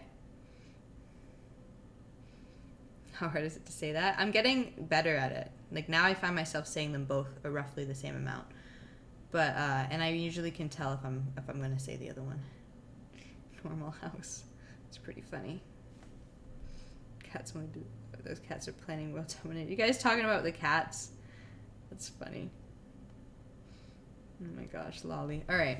So right now, where are my cats? Yeah, they are sleeping on the couch. You guys know it. So right now, knight at g5's good. We're going to play with you guys. I want to play some games with you guys soon. If you guys want to start maybe putting your chess.com usernames in the chat, I don't know if anyone would be able to keep track of that. I don't want to ask, but I'm going to try to keep track of it. Like I'll write them down. Yeah, actually that's a great idea. At my handle, or maybe just type them in and I'll see them anyways, because I'll be reading the chat a lot right now. But if you want to play some games with me in like 15 minutes, we'll look at these games for a little while, and then I'll partner up with you guys in chat and we can play for the last hour or so of the stream. All right, so if you guys want to play some games, enter the queue, send me your chess.com handle, just type it in chat and we'll partner up. So here 12-teen is yeah, not in the best position. If he was to be downtime, this would be a little rough, but thankfully he's not, so it's actually not that bad. Both of the boards have been like knight at g4 there. This is also I probably would have played knight at g4 just to straight up win the pawn, but this is fine. 12-teen wants pieces. I really don't think he's going to be getting them though. Chicken really...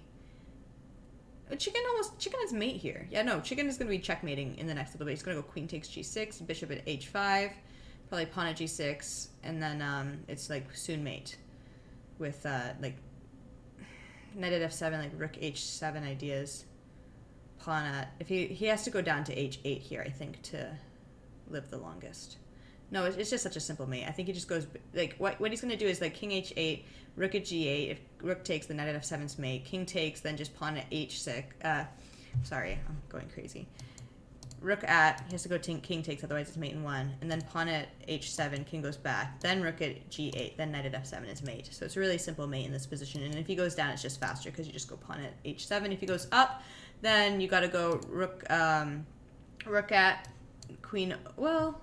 It's a little bit more complicated. Maybe you have to go knight. It's really actually, it's so simple. You just got to go knight at g8, then the king comes up, then it's mate in 2. And if rook takes, then it's just knight at f7, mate in 1. So, knight at g8, gorgeous move. Gorgeous move. Love that. I love those fancy mates where you just like sacrifice a piece on their totally defended like back rank. It's so gorgeous. I love that. It's so sneaky and just evil. They're my like favorite mates to do. So like fancy. But yeah, nice stuff. Thank you, Yanis. That would be great, Vertical, but you don't have to. I don't want to inconvenience you. All right, so here, I really would like to flip the board. So I'm going to follow 12-teen. He is the world's best doubles chess player currently. And Chicken Crossroad is a close second of the best players out there, in my opinion. And many people's opinion. So that's exciting that we're watching some of their games right now. And some of you might have seen I did the last maybe the last, I can't remember, but I think it was no, the last two shows ago I was with Chicken, Daniel Yeager, and we were doing some doubles for dummies for you guys, and that was fun. So here, let's start fresh. So they're playing, like I said, there's this d4, e5 line. This is not really, he should have just taken the free pawn, but this is not really a common line. This is very strange. I think that really, to be honest, they're just playing very quickly because time is so important, and because they're both really chessy players, they just want to trade. They're just basically trading off almost the whole board instantly, like early in the game. And obviously 12-team has the way better position with like pawn at f3 ideas coming in. Knight takes, bishop at is really threatening. And he gets the bishop, so he's going to go bishop at. And he's just going to resign because in this position is just hopeless for black, especially since the time is so even. So yeah, this is like weird that they're not just taking this pawn. I guess that it's not necessary. It kind of gives black an extra move to potentially try and get the initiative, but pawn mates now, and he gets it. So yeah, I don't like what this line is for black. I don't like this line for black at all. It worked out for 12-team last game, but that's because Katask played it differently. I also like these. We're gonna see a lot of lines here that aren't main lines. So Chicken Crossroad is playing very defensively pawn at e6, which is totally probably best in this position since they're up pieces. Since they have pieces, because these two are just playing very fast and trading almost off the whole board. So Chicken and Yanma have to be very, very careful with how they play. Since so many trades are coming in so fast, as you can see, very few trades, like no trades, almost. Yes, no trades have come in at all for 12-team and Katask. So they're just trading off, playing very chessy, and right now 12-team needs a piece. So this is one of those situations where it's like, okay, you maybe want to maybe not play into positions where you need pieces, because if he goes here, just goes queen f6 and it defends the knight, and it's kind of bad for him, so he's going to sit for a piece. And if he just takes and takes and takes, this is actually not that bad. I would say probably what I would do is just like get into this position. I think this is fine. But then he gets rook e8, and then you just need a block and you're fine. But, you know, the chat's funny. Katask says, he's a sack sitter noob. He won't know what to do if you sack on him. It's funny. It's really funny. Katask has a lot of funny commentary usually during games, so I'll try and read a little bit of that out from time to time. It's pretty funny. He goes, we can maybe flag them. So yeah, they're playing very fast. Yamut and Chicken have to be very careful with how they play, since so many trades are coming in. If either of them like sacrifices and does some sack sitting, or gets like an attack on a castled king, it's very hard to defend. So in that position, I would have, yeah, I guess this is the best move, because otherwise, right now the knight defends, so if pawn at f7, queen takes, then there's no rook at d8 ideas. So right now, black obviously has the initiative and is about to checkmate his opponent with just queen at g2 and pawn at g5, or just push g5 novelty. G5 novelty. If I don't see a G5 novelty happening, I'm going to be so disappointed. But unfortunately, 12-team's in a little bit of hot water, isn't he? But he's not mated. Oh, he is mated. I don't know why. I would not have traded off the rooks. I would not have traded off the rooks. I wouldn't have. I would have played this differently. I think that he could have lived. Maybe even if he had just run up this way, it would have been a little bit better. I mean, no, he had a pawn. He had a pawn in hand, so maybe not that way. But, yeah. Unfortunate. Unfortunate for 12-team there. So, time is everything. 1.2 seconds was all that Yamut had on his clock, and just 1.2 seconds decided the game. Time is everything in doubles chess. So now they're playing, see how I told you that sacrificing early in the opening is actually something people are doing a little bit more frequently at the top level, though you still won't usually see it happening like knight f3 to g5 to f7 in the first 3 moves, which is what my point was before. But in certain lines, especially with e4, you'll see some sacrificing happening, maybe on also just early in the game. So right now Chicken Crossroad got mated. These games are happening so fast, it's hard to commentate. But I'm going to try and focus more on what's happening in the game rather than explaining lines, I guess, is probably a little bit more valuable here. So, as you can see, 12-team's in a position where maybe, like, there's no pawn at f3 threats because there's 2 pieces guarding f4. So pawn at f3 takes, knight at h3, king h1, pawn at g2, king takes. There's no knight at f4 coming in, though there is knight at h4 possibilities. But knight at f4 would be a little bit more dangerous, I think, if it was possible, because at least if the king goes up, then the h4 square is vacant for a pawn, but if the king goes up after knight at h4, then there's no direct mate without a rook. So there's that. But obviously still dangerous, so you want to be mindful of that. But I don't think he'd be getting the knight anyway. So pawn at f3 is not working because he doesn't have the second knight, and knight at h3 wouldn't be enough to get an attack. So on Chicken's board, a knight mates him, as you can see, knight at h6 would be mate in 1, and he is up time, so he's sitting. He wants to take the queen, obviously, so that's why 12-10 is sitting.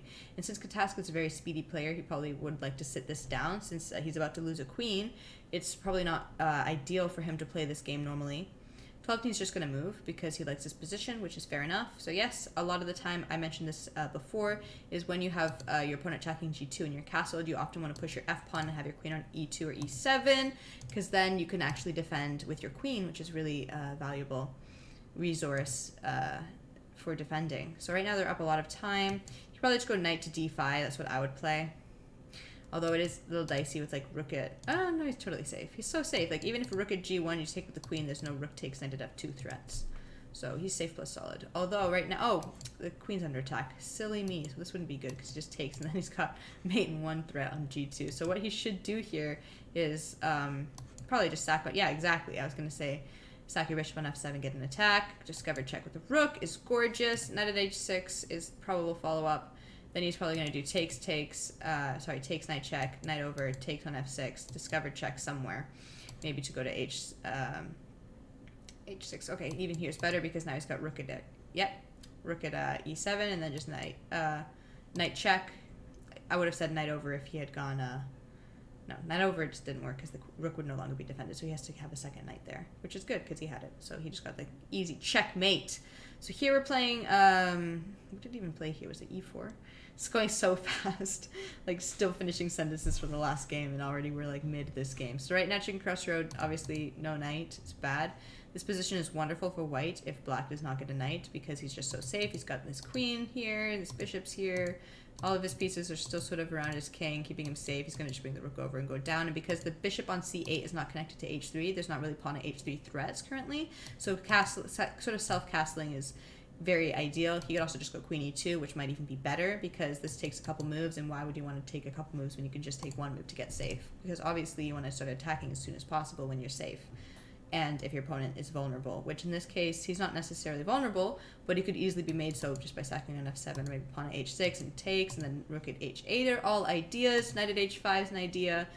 Taking this knight and maybe capturing on c6 is an idea. There's quite a, or even pawn at, like that's not, some of those are bad ideas, but they're all ideas of ways that you could try and start creating some sort of advantage for white. So yeah. This is crazy, guys. Commenting on this, it's so fast. They're playing so fast. All right, so that's not a threat because the bishop covers. I don't know. So like I said, queen e2 was the more probable move to be played, and it was played. So now he's just going to take on c6, which is another, which is what I also said could have been a possible idea for him. Would be nope. I would have taken on d7 because then pawn at c6, bishop at b5 ideas are super strong. So he can just take twice. Knight at f5 is a bit of a threat, which he got it. So he's going to go down, step down. He's still safe because the queen is guarding f2, which is why the queen to e2 was a little bit better. So he's going to have to give his queen here. He could try to go down, but I think that the problem with that is that... is there a problem? Maybe he can get away with that, actually. Maybe he can get away with just running his king this way. So black won by resignation. I didn't really see what was going on at 12-team's board at the end there, but probably good things if he won by resignation. So here, f5 novelty. Crazy. So you can just take the knight and then pawn at g6 probably. Or bishop at g6 is obviously the ideal move, but he didn't have it in hand, but he got it, so that's good. Yeah, probably taking this wasn't even too great because it's a little annoying with the bishop on d8, but this is also not great for black. Wait, what just happened? I guess he must have taken that knight for his partner because obviously knight at f7 is the better move because you win the queen and the rook, but he didn't play that, unfortunately, so... Oh, he's got... Okay, so now he's got this, like, weird sort of threat. So he can take this bishop at some point, which will defend h7, which is really good. That's probably what he's going to do in the near future. Bishop, knight takes d4, it takes, and knight at c3 would be mate with bishop at d2 coming after king e3. But he also doesn't have to take and just run straight down. But he's going for that idea. We'll see if he takes. So he does take. He's playing risky because he's up time, and the knight is trapped on e4. So we might actually get to see this checkmate that I just said. Yay! That's exciting. I feel like you have to know how to. I have to talk so fast to commentate on two like basically like essentially like speed chess games at the same time. It's fun. It's kind of crazy.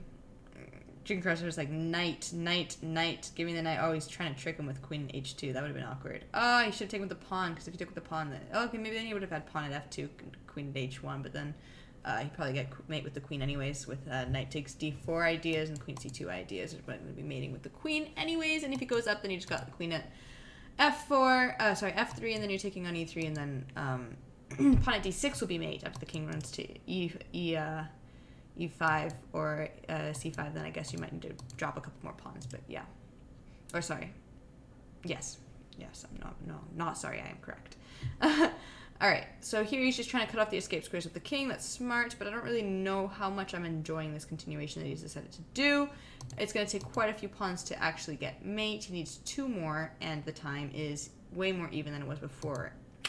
So I would have preferred if he had just sat before.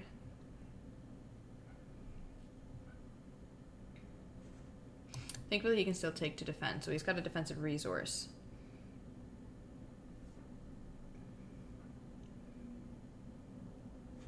He's probably going to go knight here, and then, yeah, he just wants to try and get up time. And he got the second pawn. So, yeah, obviously, I would have done the same thing. I would have gone just, like, tricky move knight d2, you know, just to get up time. It's not a good move. It's not even a tricky move. It's just a tricky time scramble move. So, yeah, task says last 2 games. So, after these 2 games, we'll start playing with some of you guys, which will be fun. So yeah, weird lines. A lot. Like I was trying to say this. I remember I was trying to say this earlier. I guess I got sidetracked in the game, but I think we're gonna be seeing a lot of unconventional openings because of the fact that they're so chessy and they're not so worried about playing good openings as they are about playing quickly, confusingly, possibly just out of theory, and trying to get like a decent-ish chess position because not too many trades are coming off on their partners' boards, at least for the most part in most of these games. So they're kind of taking into consideration their partner's style and hoping that if they're up time, that even if they're in a slightly worse chess sort of position, they can make up for it on the clock. So a lot of these openings you're seeing are not openings that are good necessarily for one side.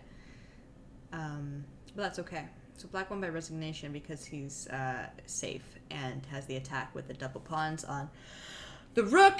No matter what, he's about to get a queen. So that's devastating for white. And here, London system, you know how I love it. As white, I try and take advantage of the dark squares. As black, I would try and take advantage of the light squares. Just sack on g2 pretty soon. You just go queen e7 actually here. It's fine. Oh, he wants to sack it. That's also an interesting idea. I don't really like it though, because I think white's really safe here. Maybe if he had gone queen e2 would have been even slightly better. Knight at f6 ideas are a little bit to be worried about, but black can run to b8 and be pretty safe. Pawn at d7, queen takes c6, knight at c5 ideas are also to be looked out for because this queen sacrifice could be pretty devastating if black gets the pieces to back it up. So he might just do that. Pawn at d7, king takes knight, queen takes c5, and then maybe knight at d5. So yeah, now he could maybe take. Yeah, so that's what he did. It's funny. Yeah, okay. I'm guessing a lot of the right moves here because I know how these players think because of how often I play with them, and then also, of course, it is just often the best move on the board. As well, so it's not just a style thing. So that's the end of the games. They won by resignation because they're just down so much time, and when you're down this much time, even though technically Kren / Yamut's position is worse than white's, Kataska's is better than Cheesy's or 12 teens, so I'm saying they're like fixed names, and yeah, the time is just too much. They're down so much time, so it's just pointless. They're not going to get the pieces they need. And they, of course, chicken and 12 team can always sit for the pieces that they need, which is important to take into consideration as well. So how many people do we have on the list right now that want to play?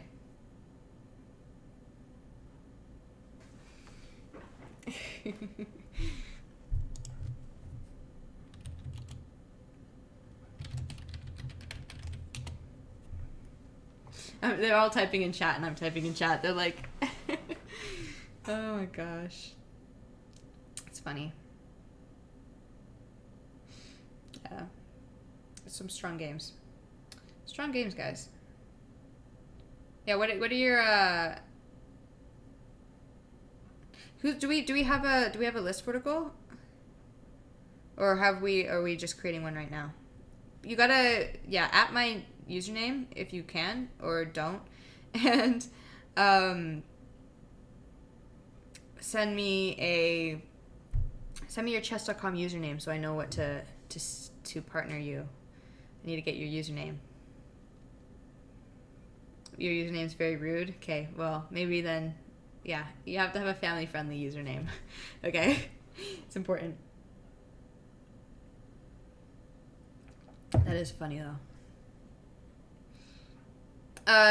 Yeah, Steve, is chess, we don't have a moderator from chess in the chat right now, so you're Stevis 5. Let's play, Stevis. Let's play a couple games, and then if anyone else would like to play, just type your chess.com username in chat. Okay, I need to maybe seek a game, and then it'll undo this madness. Alright, here we go.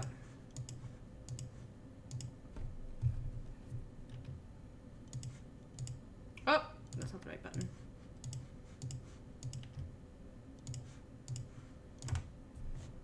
We cannot partner. Are you logged into chess.com?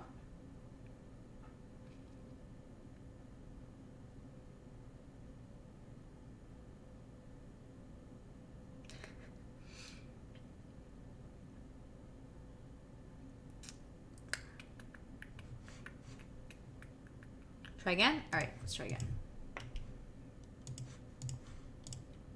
There we go.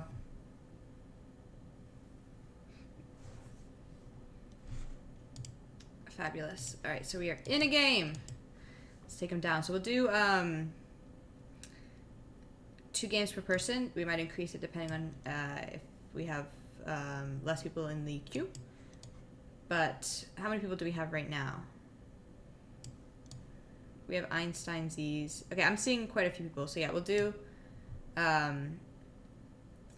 yeah, don't worry. We'll get you on the list too.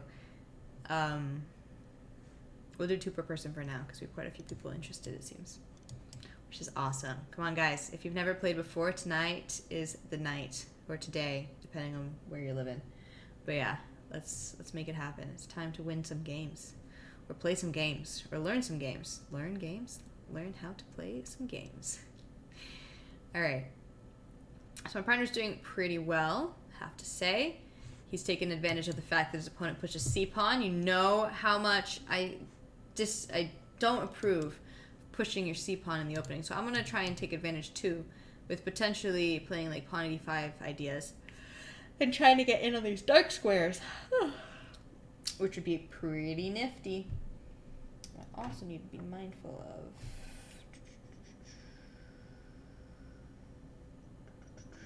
what's going on in my phone. All right, let's go for it. Let's go pawn at e5. So we're getting in. We have weaknesses on d6. It's a hole. Just in case you don't know chess term, a hole is when there is no pawn that can ever protect a square again. So in chess it would be a hole. In doubles chess, I guess technically they could drop a new pawn, but we'll just still call it a hole. It's kind of funny, actually. Just drop a new pawn. It can be defended by a pawn again. Okay. So just now we're attacking, and this is just so devastating for black here in this position. So I just go queen check. If he blocks with a knight, then I can just take it. He probably has to go g6 here, and then I go queen h6, and then I'm threatening mate in 1. He'll probably move his knight somewhere. Queen e7 is also a potential threat. Sorry, I don't know why I'm yawning so much. Alright. I want some pieces, to be honest. Alright, so we can go here. My partner's in a little bit of trouble. So we have a check. Because if he steps over, I have like pawn at d6 or knight at e6 threats, which is pretty good, Alright. So trades are good, and we're up a little bit of time.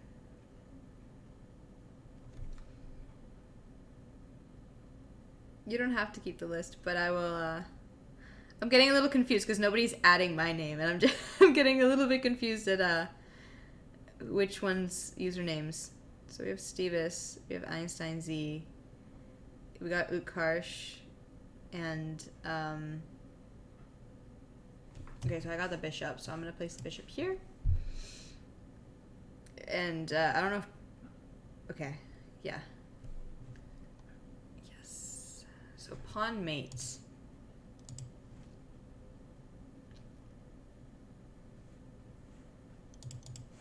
Take pawn, any pawn, and I will mate him. Nice. So that could have been dangerous if he had a knight or a rook, because I would have been mating one on my partner, but he did not. So there we go. That's how you get him. Nice job. Let's jump into another one. So this is, we're playing against some pretty high leveled opponents here, so this will be a challenge. Let's see how it goes. Just remember, we have a strategy is often the lower rated player will play more safe style, trade a lot of pieces for the higher rated player. Often, like, that's not the only strategy, but it is a common one. So here, I might just go rook e1. Okay, so he's going to take him with my pawn, but I'm going to go queen e5. Bishop at f6 would be annoying. Okay, should we play g4 novelty? Are we going to be crazy? Let's be crazy. And rook e2 just to defend against crazy stuff. This is a very ridiculous position that I've put myself in, but you know what? You only live once, so you might as well play ridiculously a couple times. Playing ridiculous, trying to see what I can make happen. So he's got knight check. I'm not worried about that. My rook's covering everything. He would need a rook and a knight to mate me, and he's not going to get that, so. Bishop at f6 is annoying. He did not play it. He played there. That's fine. So I might just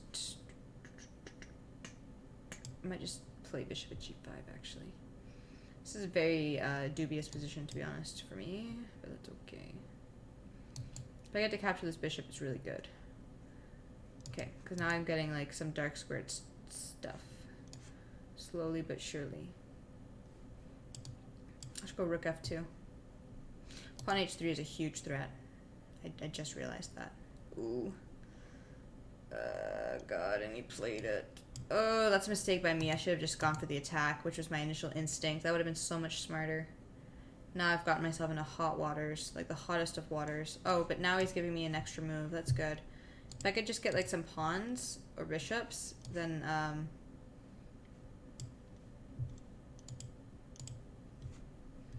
this would be really much better for me.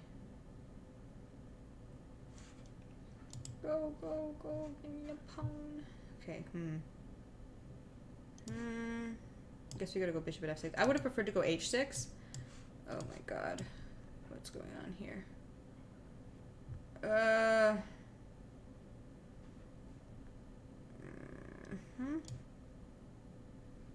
you think we can trick him? Because I'm like completely mated here, aren't I? Okay, maybe I can take this one. No, I can't. That doesn't even work. Okay, we try and trick him. Oh, yes. Oh my god. I'm laughing so hard right now. All I had to do was queen at g2 and knight at knight. I was mated. I was mated. I'm like, yes, we went for the trick and it worked. I'm so happy right now. That's hilarious.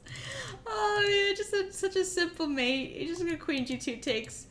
And then knight to h3 is just a mate. Such a simple mate. Oh my god. But he pre-moved taking my rook. That's hilarious. Okay, we got Einstein Z next. Thank you for partnering, Steve. That was fun. Alright, Einstein. It's time.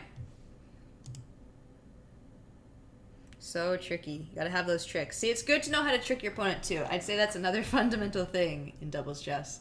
Is to know how to trick your opponent, because honestly, tricks are important for winning games, because I would say they're not the cleanest of wins, but they're still wins. You know what I mean?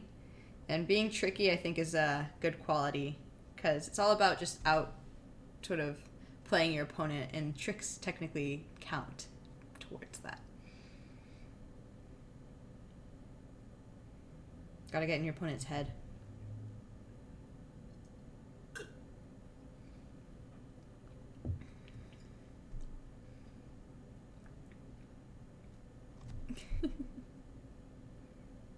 You made an alt account? That's awesome. I like that you're dedicated to playing some doubles chess today. It's exciting.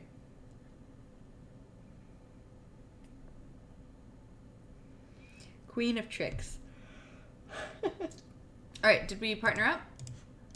Fantastic. Let's seek a game.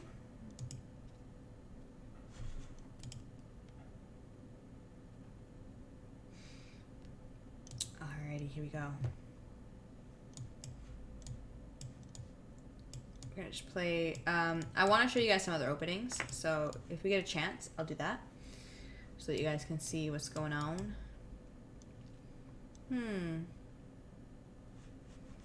Very interesting. Okay, I'm gonna go here. Interesting. Okay, h5. I want to try and make some progress on the light squares if I can. Knight g4 is an idea. Take with the pawn just to put more pressure on the light squares. Bishop d6. That way if I take, there's just more coverage on the squares that he could potentially drop a knight on. Takes, so he can drop knight at g5. We've got to be mindful of that. Maybe g5 novelty coming. So I'll say no knight. Oh, sorry, bishop's fine. I accidentally said no bishop. Alright, so I'm gonna go g5 novelty and sack all my pieces. Okay, well, he doesn't want to take my pieces, I guess. g4. Looking good. I guess that was a free knight, but I suppose my partner maybe didn't notice that he could do bishop takes f4. Let's go a little check. Bring the queen to h4. Maybe now we'll actually just drop a bishop here and then queen h4. Can maybe go queen at e2 though to try and distract, which is annoying. I kind of just need like a pawn. If I could have a pawn, the world would change. The world would be different. Life would be easy. If I had a pawn, if I had a pawn, everything would be different. Okay, so he's running away. He's like, pawn is on the way. Okay, I'm gonna sit. We're gonna see if they just keep moving or if what goes on here. The only reason that I keep sitting is because I'm hoping that my opponent will keep moving. My partner's opponent, I mean. Let's go bishop c1. He should have just blocked on f1 with bishop. Bishop so that these two are connected, which is pretty nice. If you connect your pieces, often it's pretty good.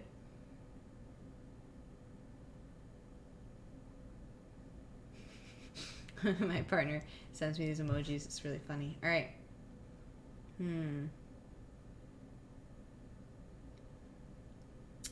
This is not good. I have been in better situations, perhaps.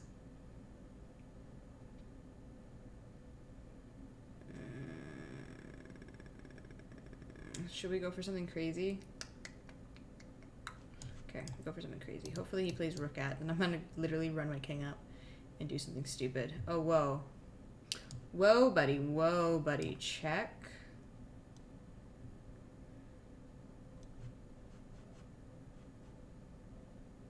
I need to calculate here. Is this... I need like one more... I need one pawn. I just need one pawn. Alright, you know what? We're gonna go... Oh, no, then he has queen. Okay, where's the trick? Come on, Helms. There's always a trick. There's always a trick. Okay, we're just gonna go for this one. I'll go bishop at g. No, that doesn't work. Oh, I'm getting mated. Oh, but he went that way, so I take with a king. Oh, but he's got rook takes. Ah, I should take with a rook. Okay, this way. Knight at. Okay, here.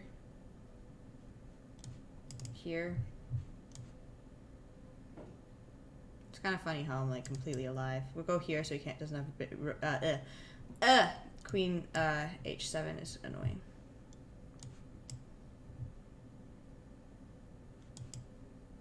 I don't see mate, unfortunately. We'll try and trick him.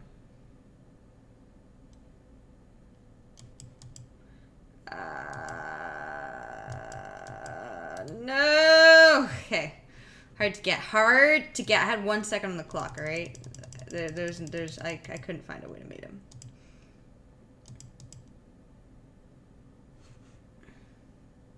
I needed like a single pawn, and I would have had mate like 50,000 times this game. But you know, we try our best. We try our best. It was a solid effort. Let's go again, Einstein. Nice game. Queen G2 was mate when? When? Hard to get. When was Queen G2 mate? Where wasn't his rook on G3 guarding the Queen F2 mate? I played a. It was also time scramble. I might have just missed if I had mate in one. That's pretty like awkward, but it happens to the best of us. If I missed mate in one, not till he moved it there. Wait, he didn't move it there before. Okay, well if I missed mate in one, then I apologize. It happens to the best of us sometimes. It's just a blunder. But yeah. Solid attempt regardless. Alright, so I hate playing into these positions. I'm not a fan of the French in doubles chess. Knight at c5 is devastating for me. So I'm gonna... I don't want a castle. Don't want a castle. It takes away my counterplay. Perhaps. You guys get it.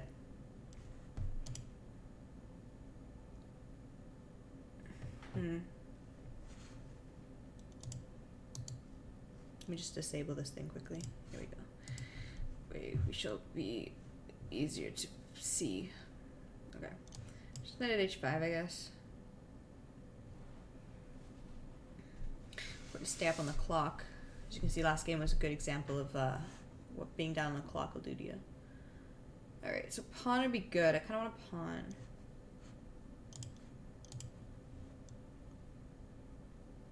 French is a questionable choice in all chess variants. It's technically playable. It's playable. Like, it's playable at the top level. It is, but I just don't like it. I think it's like you're defending a lot if white plays correctly. It's not fun. It's not fun. It's playable, but it's not fun. Perhaps.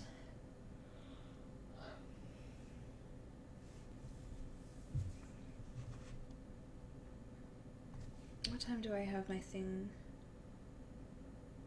tomorrow?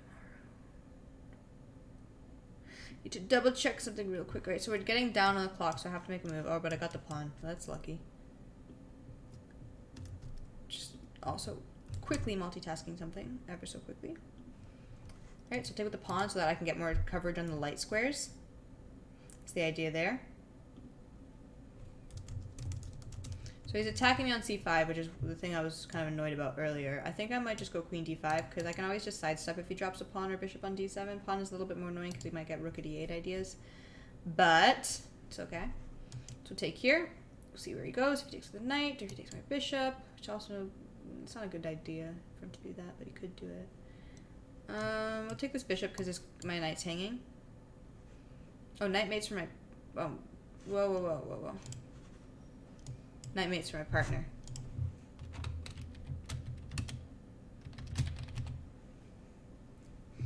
I told my partner knight at g6 is mate because this knight's pinned.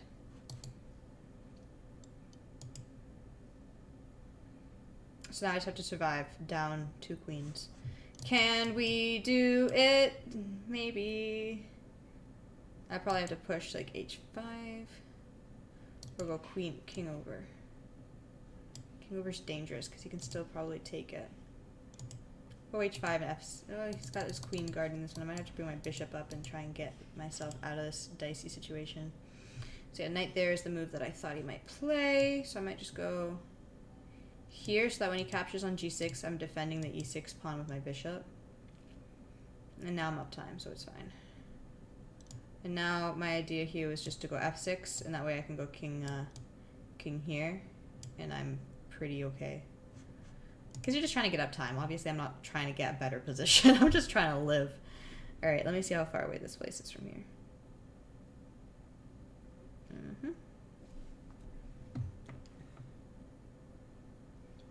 Alrighty.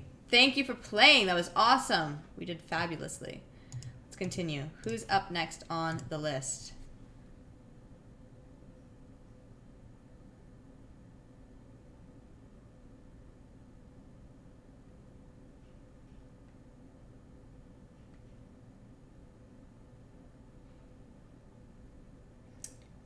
quickly finish off what's going on over here.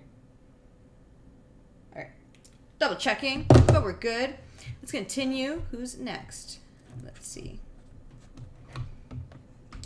Alright, so we've got Karsh next. Let's partner up. I shall type in your name. Okay, let me make sure I get this right. I think that's it. I definitely probably did something wrong, didn't I? Are you online? I think I spelled it right.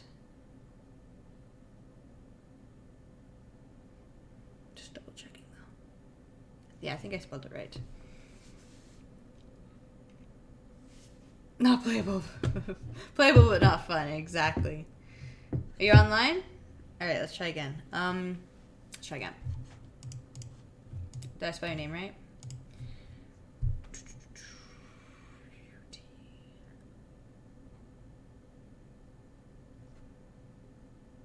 Okay. Just making sure that was a 1, not an I. You gotta be logged into live chess. You might not be logged into live chess. I will just seek a game and abort it just to rule out it being on my end.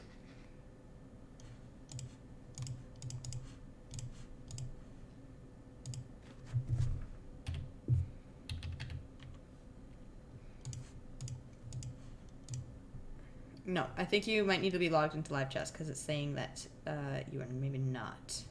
Potentially, you are maybe not.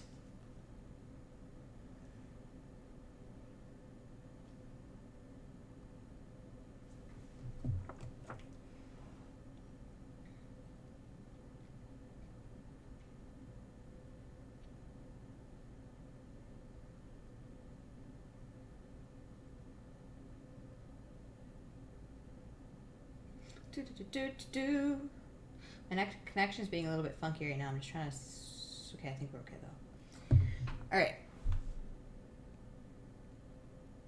Yeah, I'm seeing the ad, too. Alright, let's try again. I don't know why it's not letting us partner. Your live chess is on? Try again, then. Saying that we cannot partner. I'm not too sure what the dealio is. You're definitely in live chess. Just make sure that you go to play live chess, not just, it's not just chess.com. You have to be specifically in live chess. I don't think it's me. I'll try seeking game and then aborting it this way too, because this might, be different. No, I don't think I spelled your name wrong. It's 15, right? Not sure. Who's up next in the queue anyways, just in case this doesn't work? Oh, I see. It's Pleasant Language. It's funny that you made your alt account named that.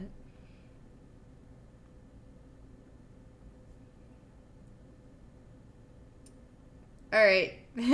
Thanks, Yanis. Take care. Have a good night. Alright. Not too sure what to say. It's not working, Utkarsh. It's not working. I don't know what's wrong either. I apologize for that.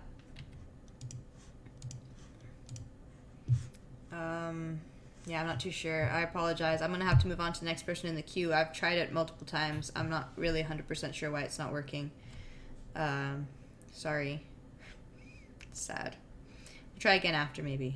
But let me move on to the next person for now so that we're not holding up the queue. Which is... Oh yes, it's Pleasant Language. You cannot partner at this time. Did I spell it right? I'm always like, did I spell it right?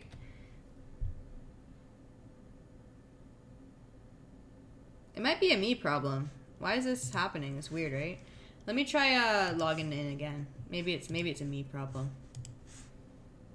But also maybe Pleasant Language isn't in live chat. Who knows? All right, let me try one more time now. Again with the Utkarsh, just in case. No, it's still not letting me partner you. And it's not letting me partner you either. Okay, this is tough, guys. This is tough. Oh, definitely. Okay, try again. I was on chess.com/TV. Okay, I try again. It's not working. What's going on? I'm not too sure. I spelled his name wrong? Really? I just double checked it like 5 times.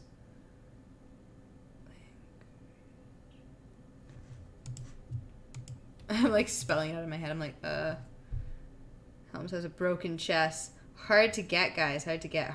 By the way, if I'm saying like weird things, like hard to get, it's like Bughouse lingo. Doubles chess lingo.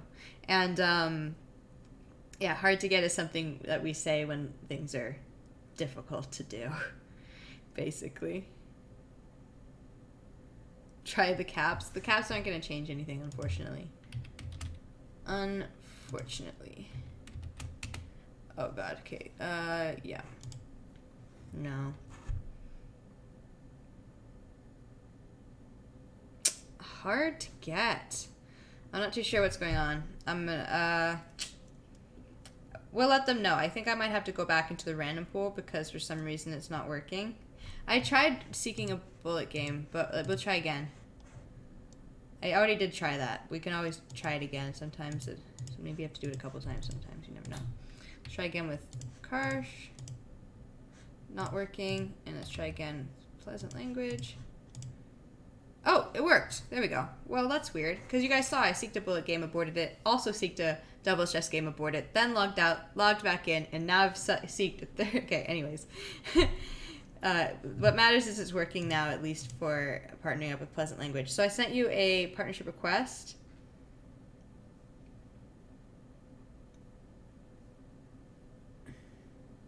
Oh, you needed to play one game? You seeked a game and then aborted it? It's kind of funny. It's pretty funny. Okay, wait. Let me send it again because you might have lost the pop-up by now. Here you go. See if you can catch the pop-up and select accept.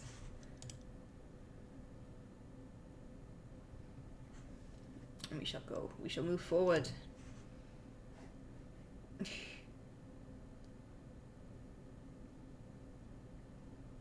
Let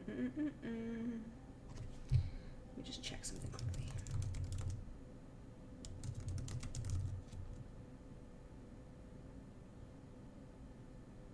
Well, that's weird. Oh, today's Sunday, isn't it? Oh my god, that's crazy. Alright, it's a good thing that I checked this. Alright, okay.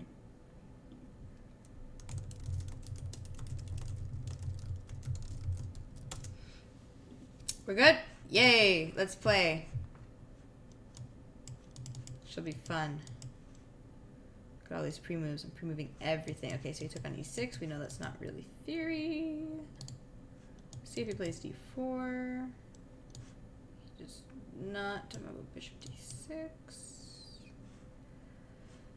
We'll go knight g4. His best move is to castle, but I'm just gonna sack if he does that. I just kind of want to sack. Not gonna lie. Trades are good, partner. I like trades. Okay. So take that. I'll take that. And I'll take this one. And I'll go rook d8. You would want to go knight at h5, pawn at f6 are 2 ideas. That's also a good move. I'll just go pawn at e7, take, rook over, and then king f8, maybe. King d7. Go bishop d5, try and play some pressure on g2. We should have gone f3. Knight check. Pawn at h3 is good. Should probably f3. Takes. Oh, but the knight mates. Go with f3 would be good for me if he plays that.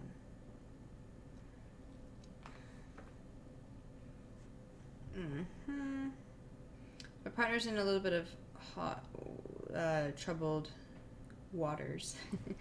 Troubling waters over there. He's going to lose his queen, which is a little bit risky. Knight at a5, unfortunately, is not threatening queen at d7 because the knight on f6 covers.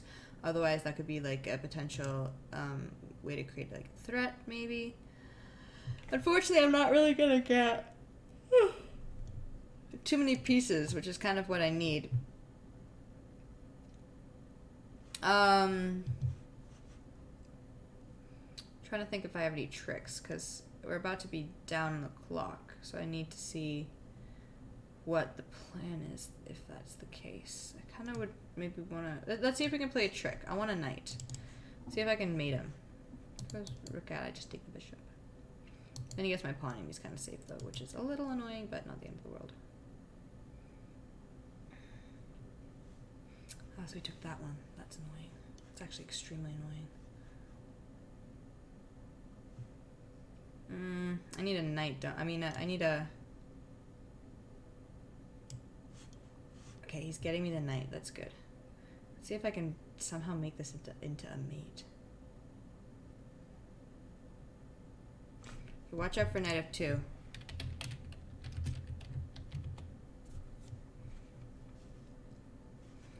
Okay, so now I can take here, and then I have mate. Oh, no, I don't. He can stop. Oh, no! Well, this didn't work either, because he goes down this way. I need a pawn or something. Okay, just sit. Oh, God, I don't see any way to mate him.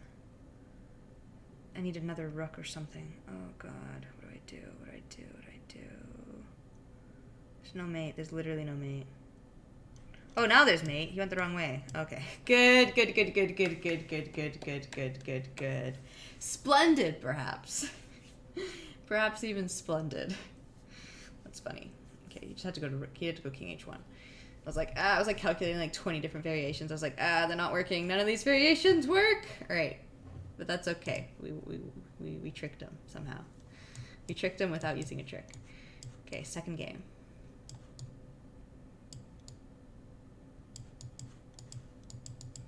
Okay, so here we just go rook g1 in this line, because then he can't really develop his bishop, which is kind of fun for us to take advantage of. So I'm gonna ask for a knight or a bishop. Knight or bishop's good. Bishop b7, knight at e5. Ideas are on the board.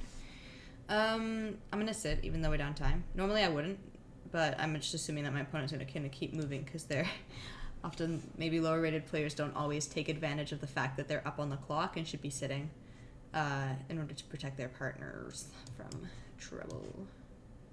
Okay, I'll go pawn here. It's not really great. He can just go here.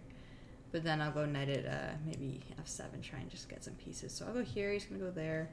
Go knight at f7. I don't want to take this pawn, because then he just runs down to c8 and he's safe forever, and that's not fun. We don't want our opponents to be safe forever, do we? Partner could technically sack on f2 and knight at e4, and I'm pretty sure he'll have mate pretty quickly. Depends if he's feeling adventurous. He's feeling adventurous. Be like knight at e4. Yes! My partner is feeling so adventurous today. It's exciting. Alright, so I'll just take him more pieces slowly. Here's a quan. One quan for you, sir. Alright, let's see if you can find some sort of way to checkmate him here. Meaning like pawn at d4. Pawn at d5 and like queen at b6 is not really working, unfortunately. It's gonna take the knight. Bishop e6. It's not terribly easy, unfortunately. He's gonna need a couple more pieces. Oh, he went that way. That's interesting. Now you just gotta go queen at b6, and if he takes, then you have mate, but he could also just go up. Oh god, I clicked resign! Oh my god. Oh my god. I just clicked resign. I've never ever done that before. Oh my god. I'm so sorry. I'm so sorry, pleasant language. Oh, I'm a horrible human being. Oh my god. I'm so sorry. You're about to checkmate him too. You have like mate in like 1 or 2. Oh no. My face has just gone so red. I'm sorry.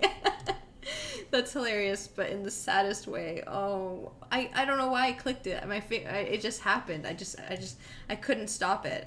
I wanted to click it. What I really wanted to do was type in chat a move suggestion, and somehow for some reason I thought I had to click that button in order to type into the chat. Like, what? All right, my bad. I'm terrible. Do you want another game? Let's play another game. Let's play another game. We're gonna win this one. I promise. I promise. I'm gonna make it up to you. Oh my gosh, my bad. That's a big blunder. Hitting the resign button. Oof. I realized it the second I clicked it. I was like, that's not something we're supposed to click, is it? Nope. Oopsies. All right, so we're gonna go here. Take, so go here. Take. Just kind of want to attack. I want to get in. A bishop or pawn is good. So I'm just gonna try and get in. If he takes, it's really good because it opens up my file for my rook. I'll just take and repeat. Now he doesn't have pawn. Sorry, he shouldn't have taken the knight. Would have been better with the pawn because this knight's annoying for my king. But let's go for my rook if I can open up that file. So I'm gonna just go here, and if I can take it with a discovered check, which is pretty devastating. So I'm just gonna take here. All right. Okay, so knight at is good. Okay, yes, I got the queen, and that is mate. Excellent. All right, there we go. That's a W. Thank you for partnering Pleasant Language. Apologies again for accidentally resigning. It's pretty awkward. Who's up next? So sad. It's so sad. All right. My bad. At least it's your alt account. At least. Let's try to look on the bright side. All right. Anyways, that's not an excuse. It's just straight up bad. All right. Let's continue. Let's move forward.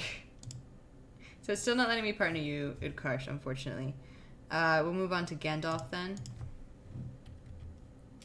Gandalf.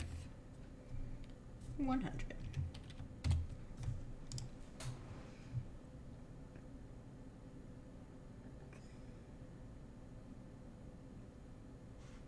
Just shaking my head so much right now. Yeah.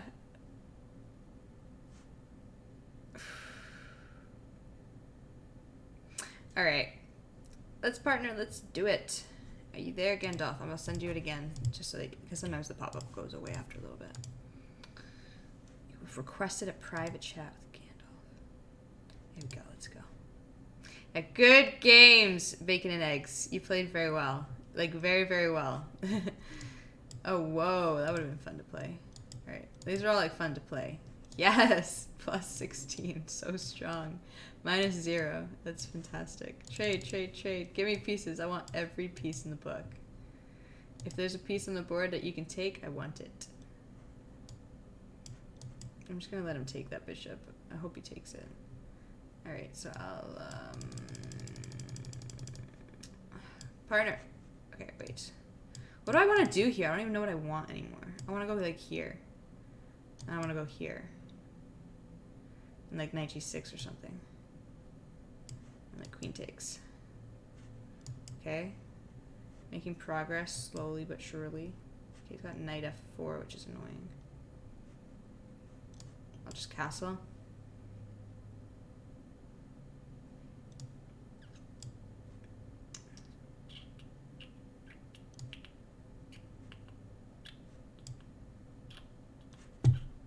Can I have a pawn? Like, a pawn would be so good for f7. I just take. I need just like one pawn or bishop. Keep moving, Bronner. Just keep moving. All right. I shall think of how I shall continue here. Possibly just queen f4 is an idea. Is he gonna not move? Yeah, he's gonna not move. Okay, so we gotta move.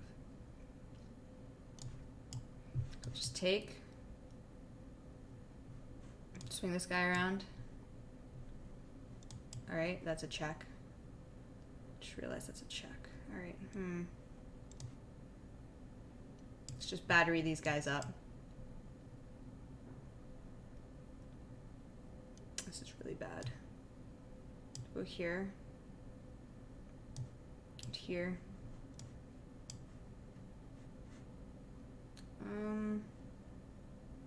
Yeah, we're down too much time. I kind of just want to resign. This is the problem with being down time. See, if I had just one pawn there, I would have just been winning.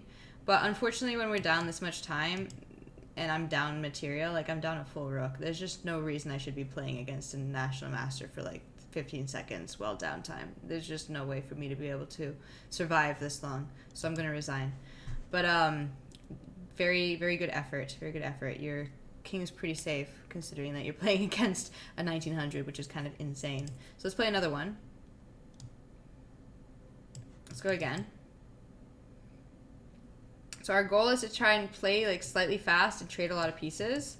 And I'll see if I can get some sort of advantage on my board. That is the goal. So just bishop g4, try and stop 95. And just take that. Castle. Rook u8. Just like no knight for a second. Okay, just knight h5 is fine. So knight h6, I'm just gonna go to f8 and say just go to knight at here. He's got some interesting ideas, but I'm pretty safe. Alright, so he just backs off. So now I'm completely safe. So just go to knight at f5. Just completely like covering all the squares around my king with my knights here. Just gonna drop more knights around my king because I'm having fun. Probably just bishop d6 soon. Bishop d6 now. Wait, was that a free bishop? Oh my god. 'Twas a free bishop and I didn't even take it. I'm going to take it now. It's my bishop. Take this one. And I'll take this one. I'm going to take this very soon. Well, I should have taken that one first, to be honest, but it's not a huge deal. Okay, I'm not worried about this because my knights are covering everything. I'm knight at h6, but my knight's covering g8, so it's not a problem. Very safe here.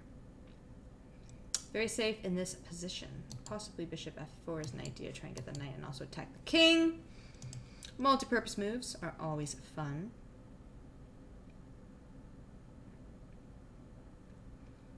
Alright, so we could just go here anyways. I like this move. It's kind of fun.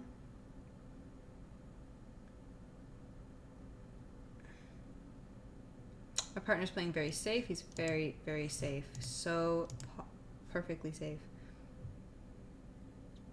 Yes, I have all the knights. That's correct. Not anymore, though. And it makes me sad. So just take that. Thankfully, I'm still safe. Maybe queen at h8 taking on g7 is a slight threat. But I can always just step up as well. Yeah, pieces are good for me. If I could get like a piece here, it'd be ideal.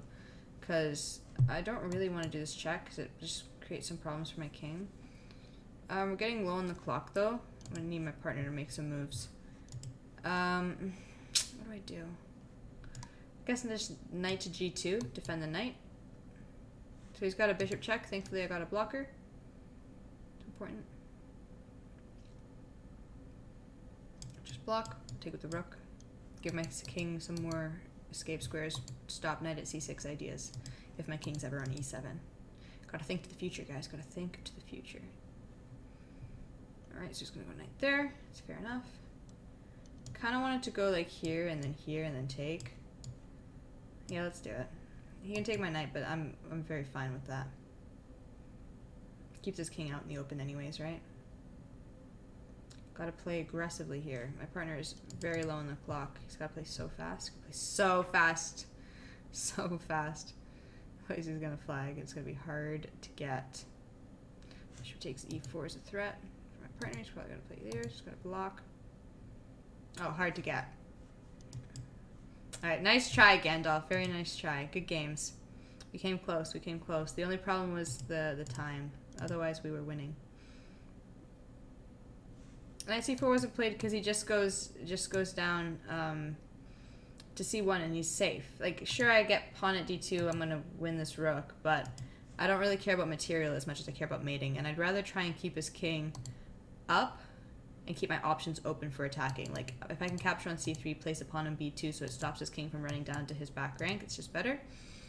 So yeah, it's just about trying to keep the king in a vulnerable position. We got Temtaria. Let's go. Good games, Gandalf. Thanks again.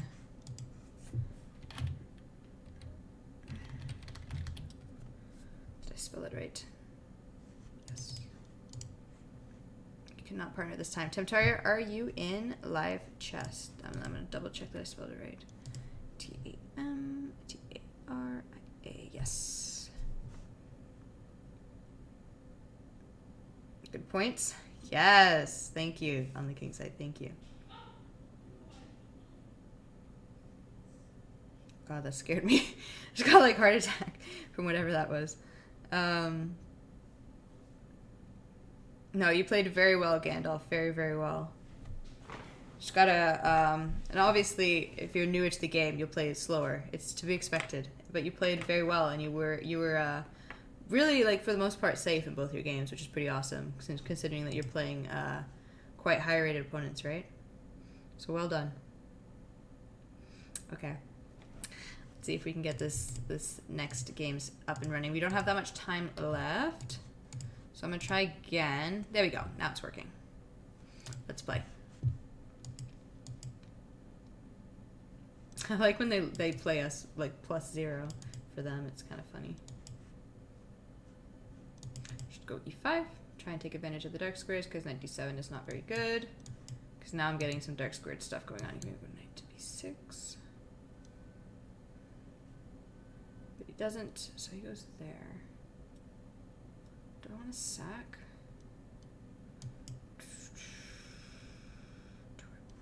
I'm going to go c4 novelty. It's usually bad news, but I just wanted to do it because you have to play slightly risky when you're... because my partner is in a bit of a dicey situation. Not too bad. He's not too bad. His bishop's defending him pretty nicely. But you obviously want to play aggressive. Remember, that's the strategy. When your partner, like the higher rated player, will usually be playing more aggressively, and such and such. I'm just gonna take this way. Actually, it's interesting. Interesting. Kind of want a bishop. Take the bishop. Take the bishop with your queen. He did not. I cry forever. All right. Need to find some tricks. Gonna go here.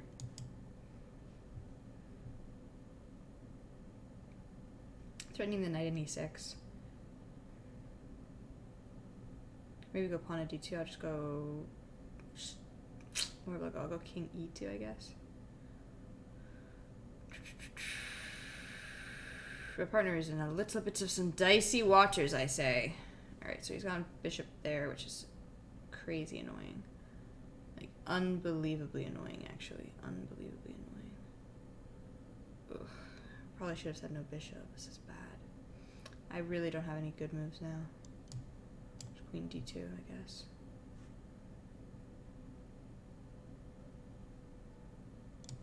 Okay, we'll go here.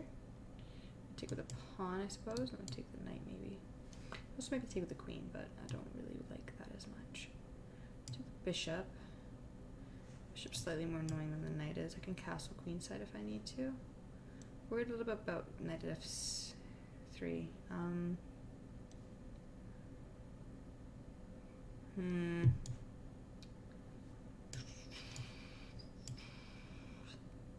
I have to say, this is not the best position I've ever been in.